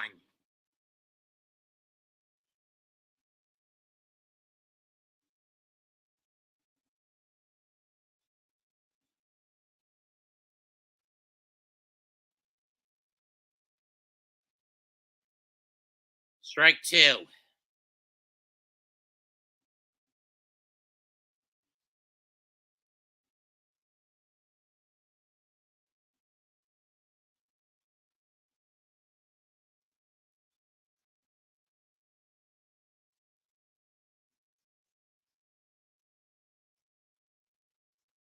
I think all this shit ends tomorrow. 0-2.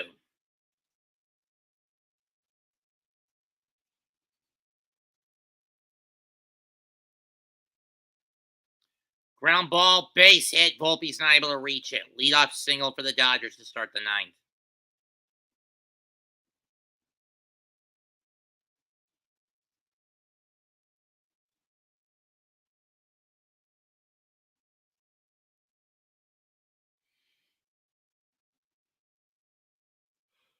Yeah.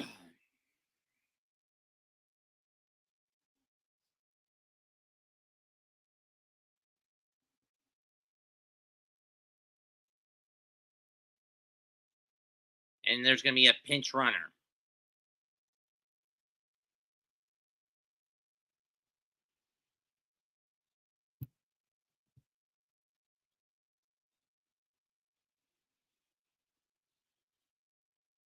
That's driven to right. Soto backs up. He makes the catch. 1 down. Looks like Chris Taylor's coming to pinch run.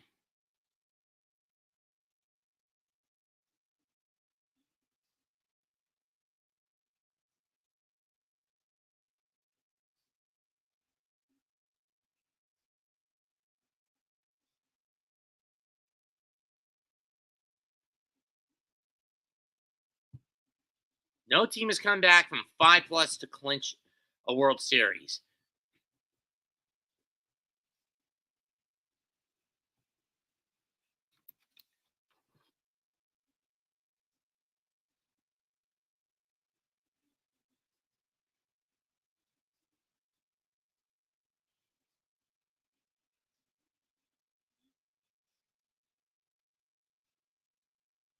On time.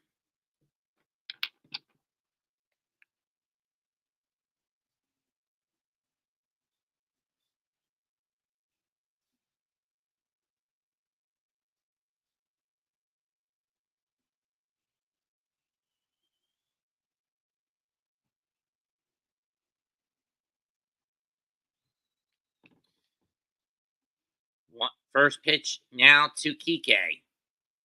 Ball 1. This series is taking a lot, like Bad Dog. This series is taking a lot of shit at me. Heck, most of the ball games in the playoffs I've called have taken a lot at me. Most of the Mets games fouled off 1-1.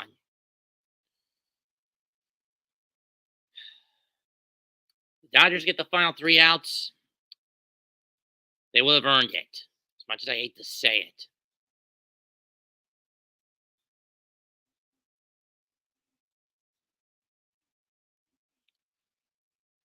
Aaron Boone will be scapegoated for his incompetence.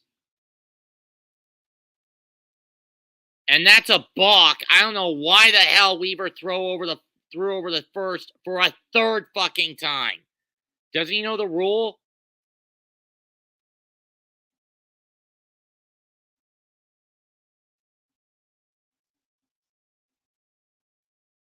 Another mental defensive lapse for the Yankees.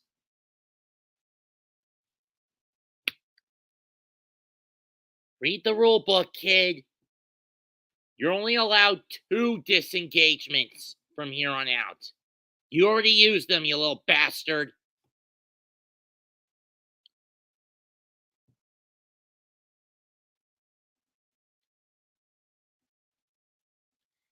I've been at this thing for 3.5 hours, folks. If this game ends at midnight, I'm going to be pissed. Maybe Goodell should start these damn World Series games at 7 next season. As in, first pitch at 7 as opposed to 8.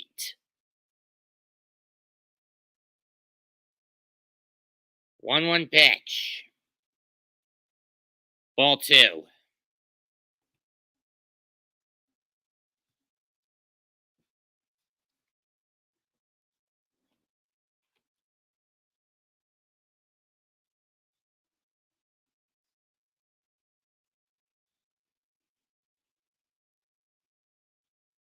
Ball 3.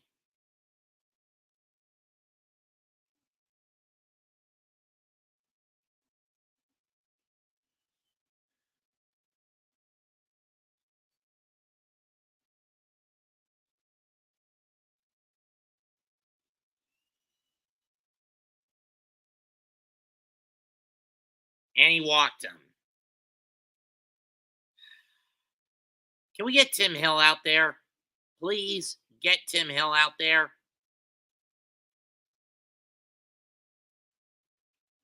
They're going to go to Mark Laird Jr.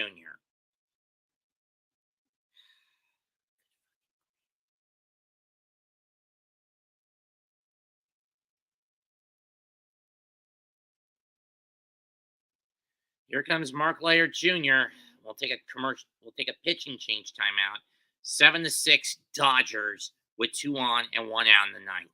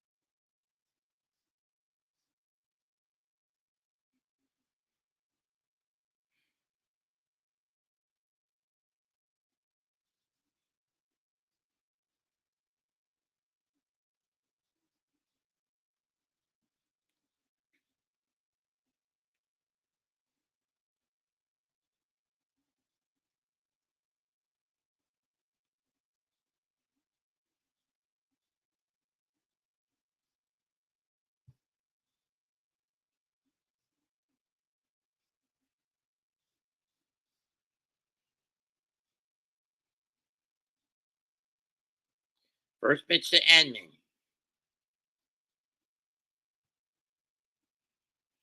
Strike one.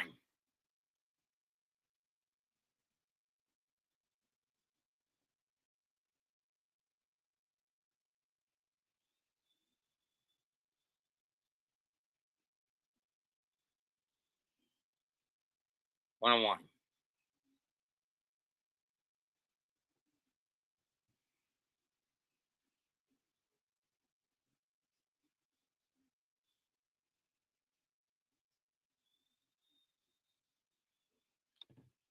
Two and one in the dirt.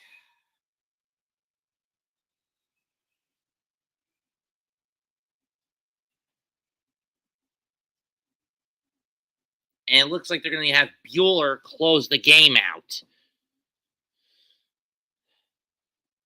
Once this inning ends.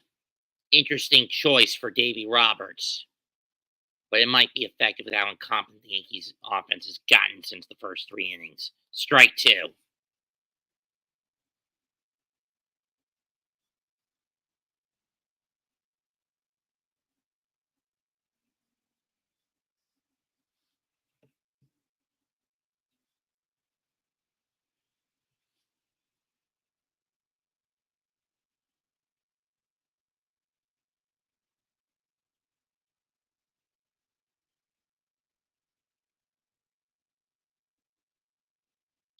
In the dirt, doesn't get away from Wells, though. Full count.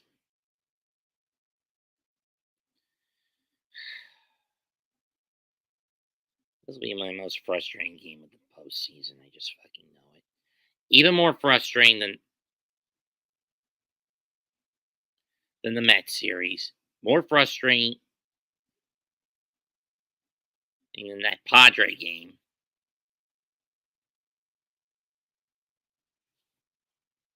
Payoff pitch.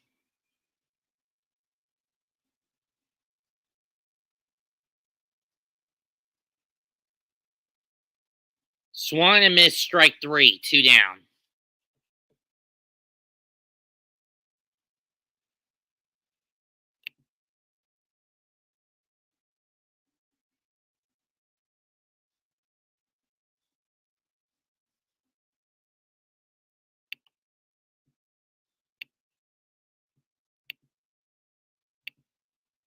I know it's BS, Raph. Will Smith up next.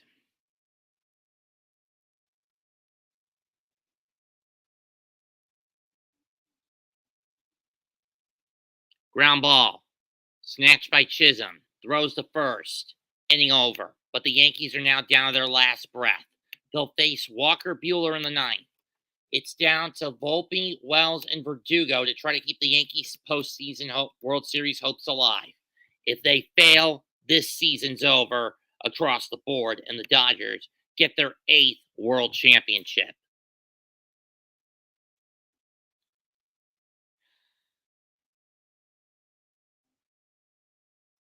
I'm sorry for blowing up in this back half of the game, but I just can't sugarcoat that.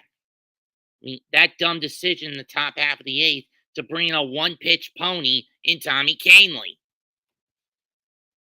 In the offseason, if you have to bring this kid back, I want one thing done with the little bugger. And that is basically force him to stop throwing changeups. He threw 6 dozen changeups to possibly close out his year. I'm not making that up. Over 6, maybe even 7 dozen changeups in a fucking row. That's cheap, that's redundant, and that's spamming. It basically paints you as a stale one-pitch pony.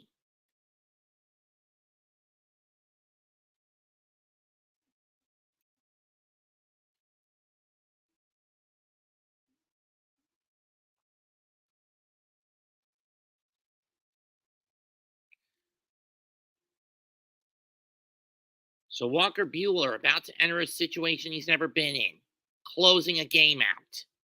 Can he get it done?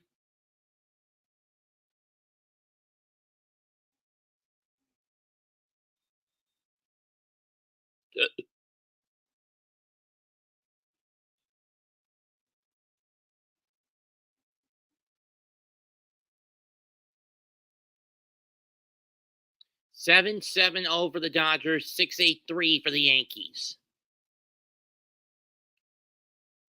This is his first relief appearance since June of 2018 for Walker. We know what he's capable of.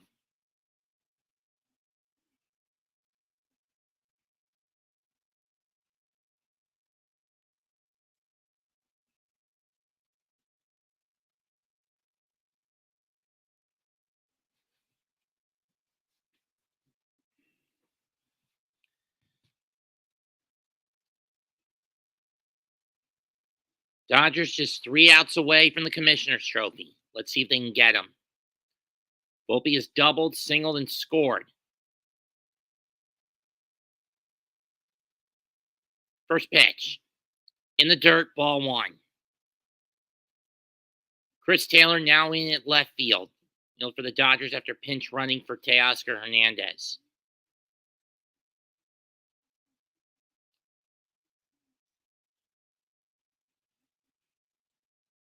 Strike 1 as he just takes it off the outside part of on the outside edge.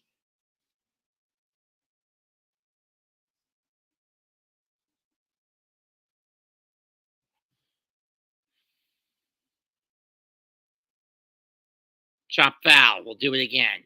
Chop foul 1 and 2. Never been a fan of the Blitzkrieg Bop, to be honest.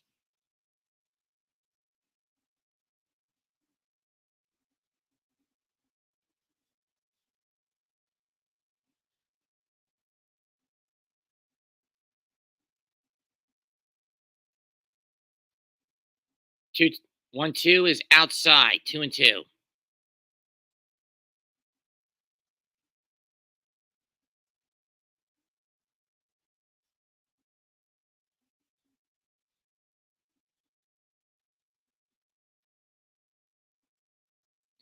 Volpe, it's a ground to third. Muncy scoops it up. Fires over the first. 1 down.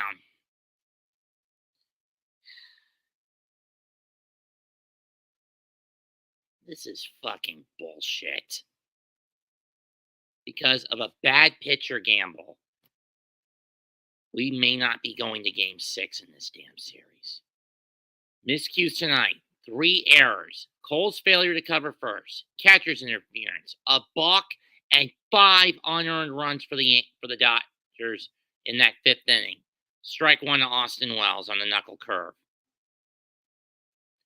And I also want to stress, using Tommy Canley in the 8th, a man who you know is a fucking one-pitch pony, ball bounces in the dirt, 1-1.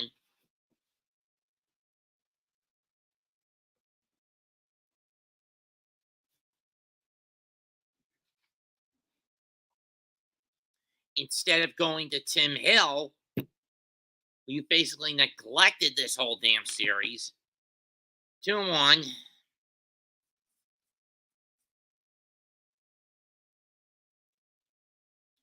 wouldn't be surprised if Tom Grassi doesn't, if World Series was scripted, Game 5 edition. 2-1 pitch. That's fouled off, 2 and 2.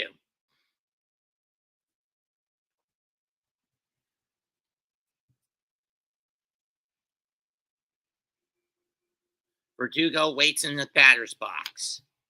In the foxhole, Gleyber Torres. But he only gets up to the plate, if Verdugo or Wells get on. 2-2. Fouled off. We'll do it again.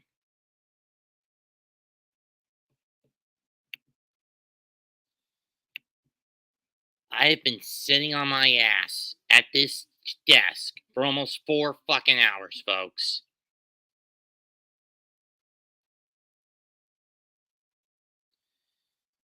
Ball 3.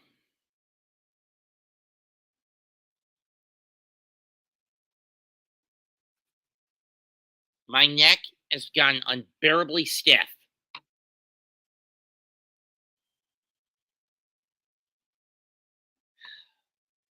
Strike 3, chase the knuckle curve over the plate, 2 down, overcut on it.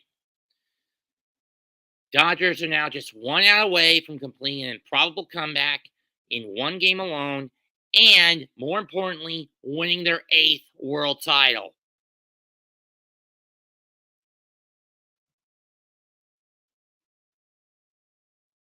Now it's up to Verdugo to try to keep the Yankees in this fucker. First pitch, low in the dirt, ball, low and away, ball 1. Ball 1.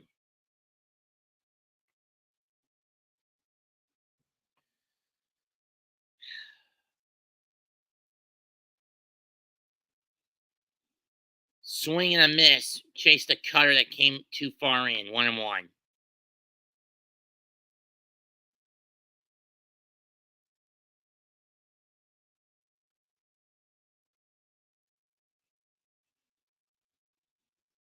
Strike 2. Chase the knuckle curve.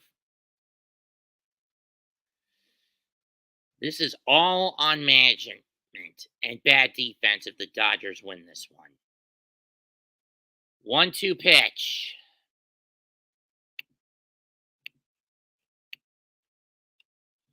Strike 3. The Dodgers are the 2024 world champions.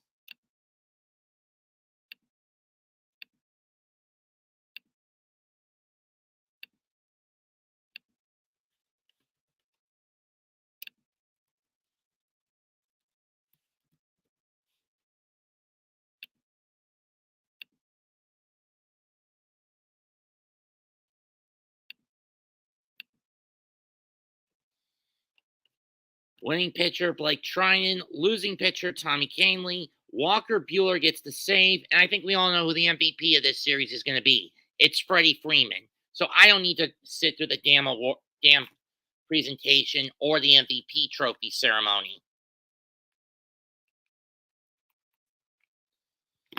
Yankees were just flat out outplayed in this series.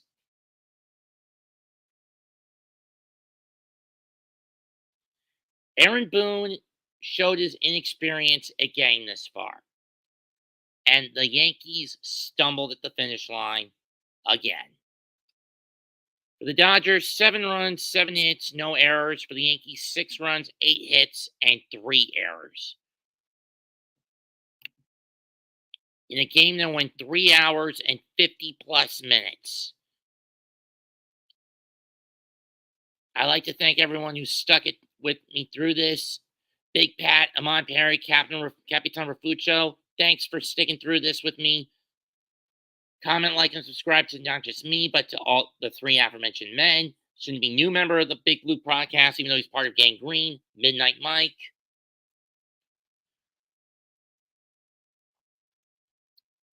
Classified 3F with Joel. G Nation Inside Sports, Big Lou.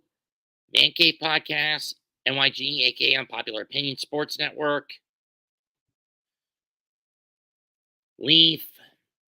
Zion Zenith. Wales to New Jersey. And so forth. Comment, like, and subscribe. This is Mets228 signing out. Goodbye. And good fucking night. Bang. And I am glad baseball season's over. Now I can spend the next 3 to 4 months focusing on pro wrestling.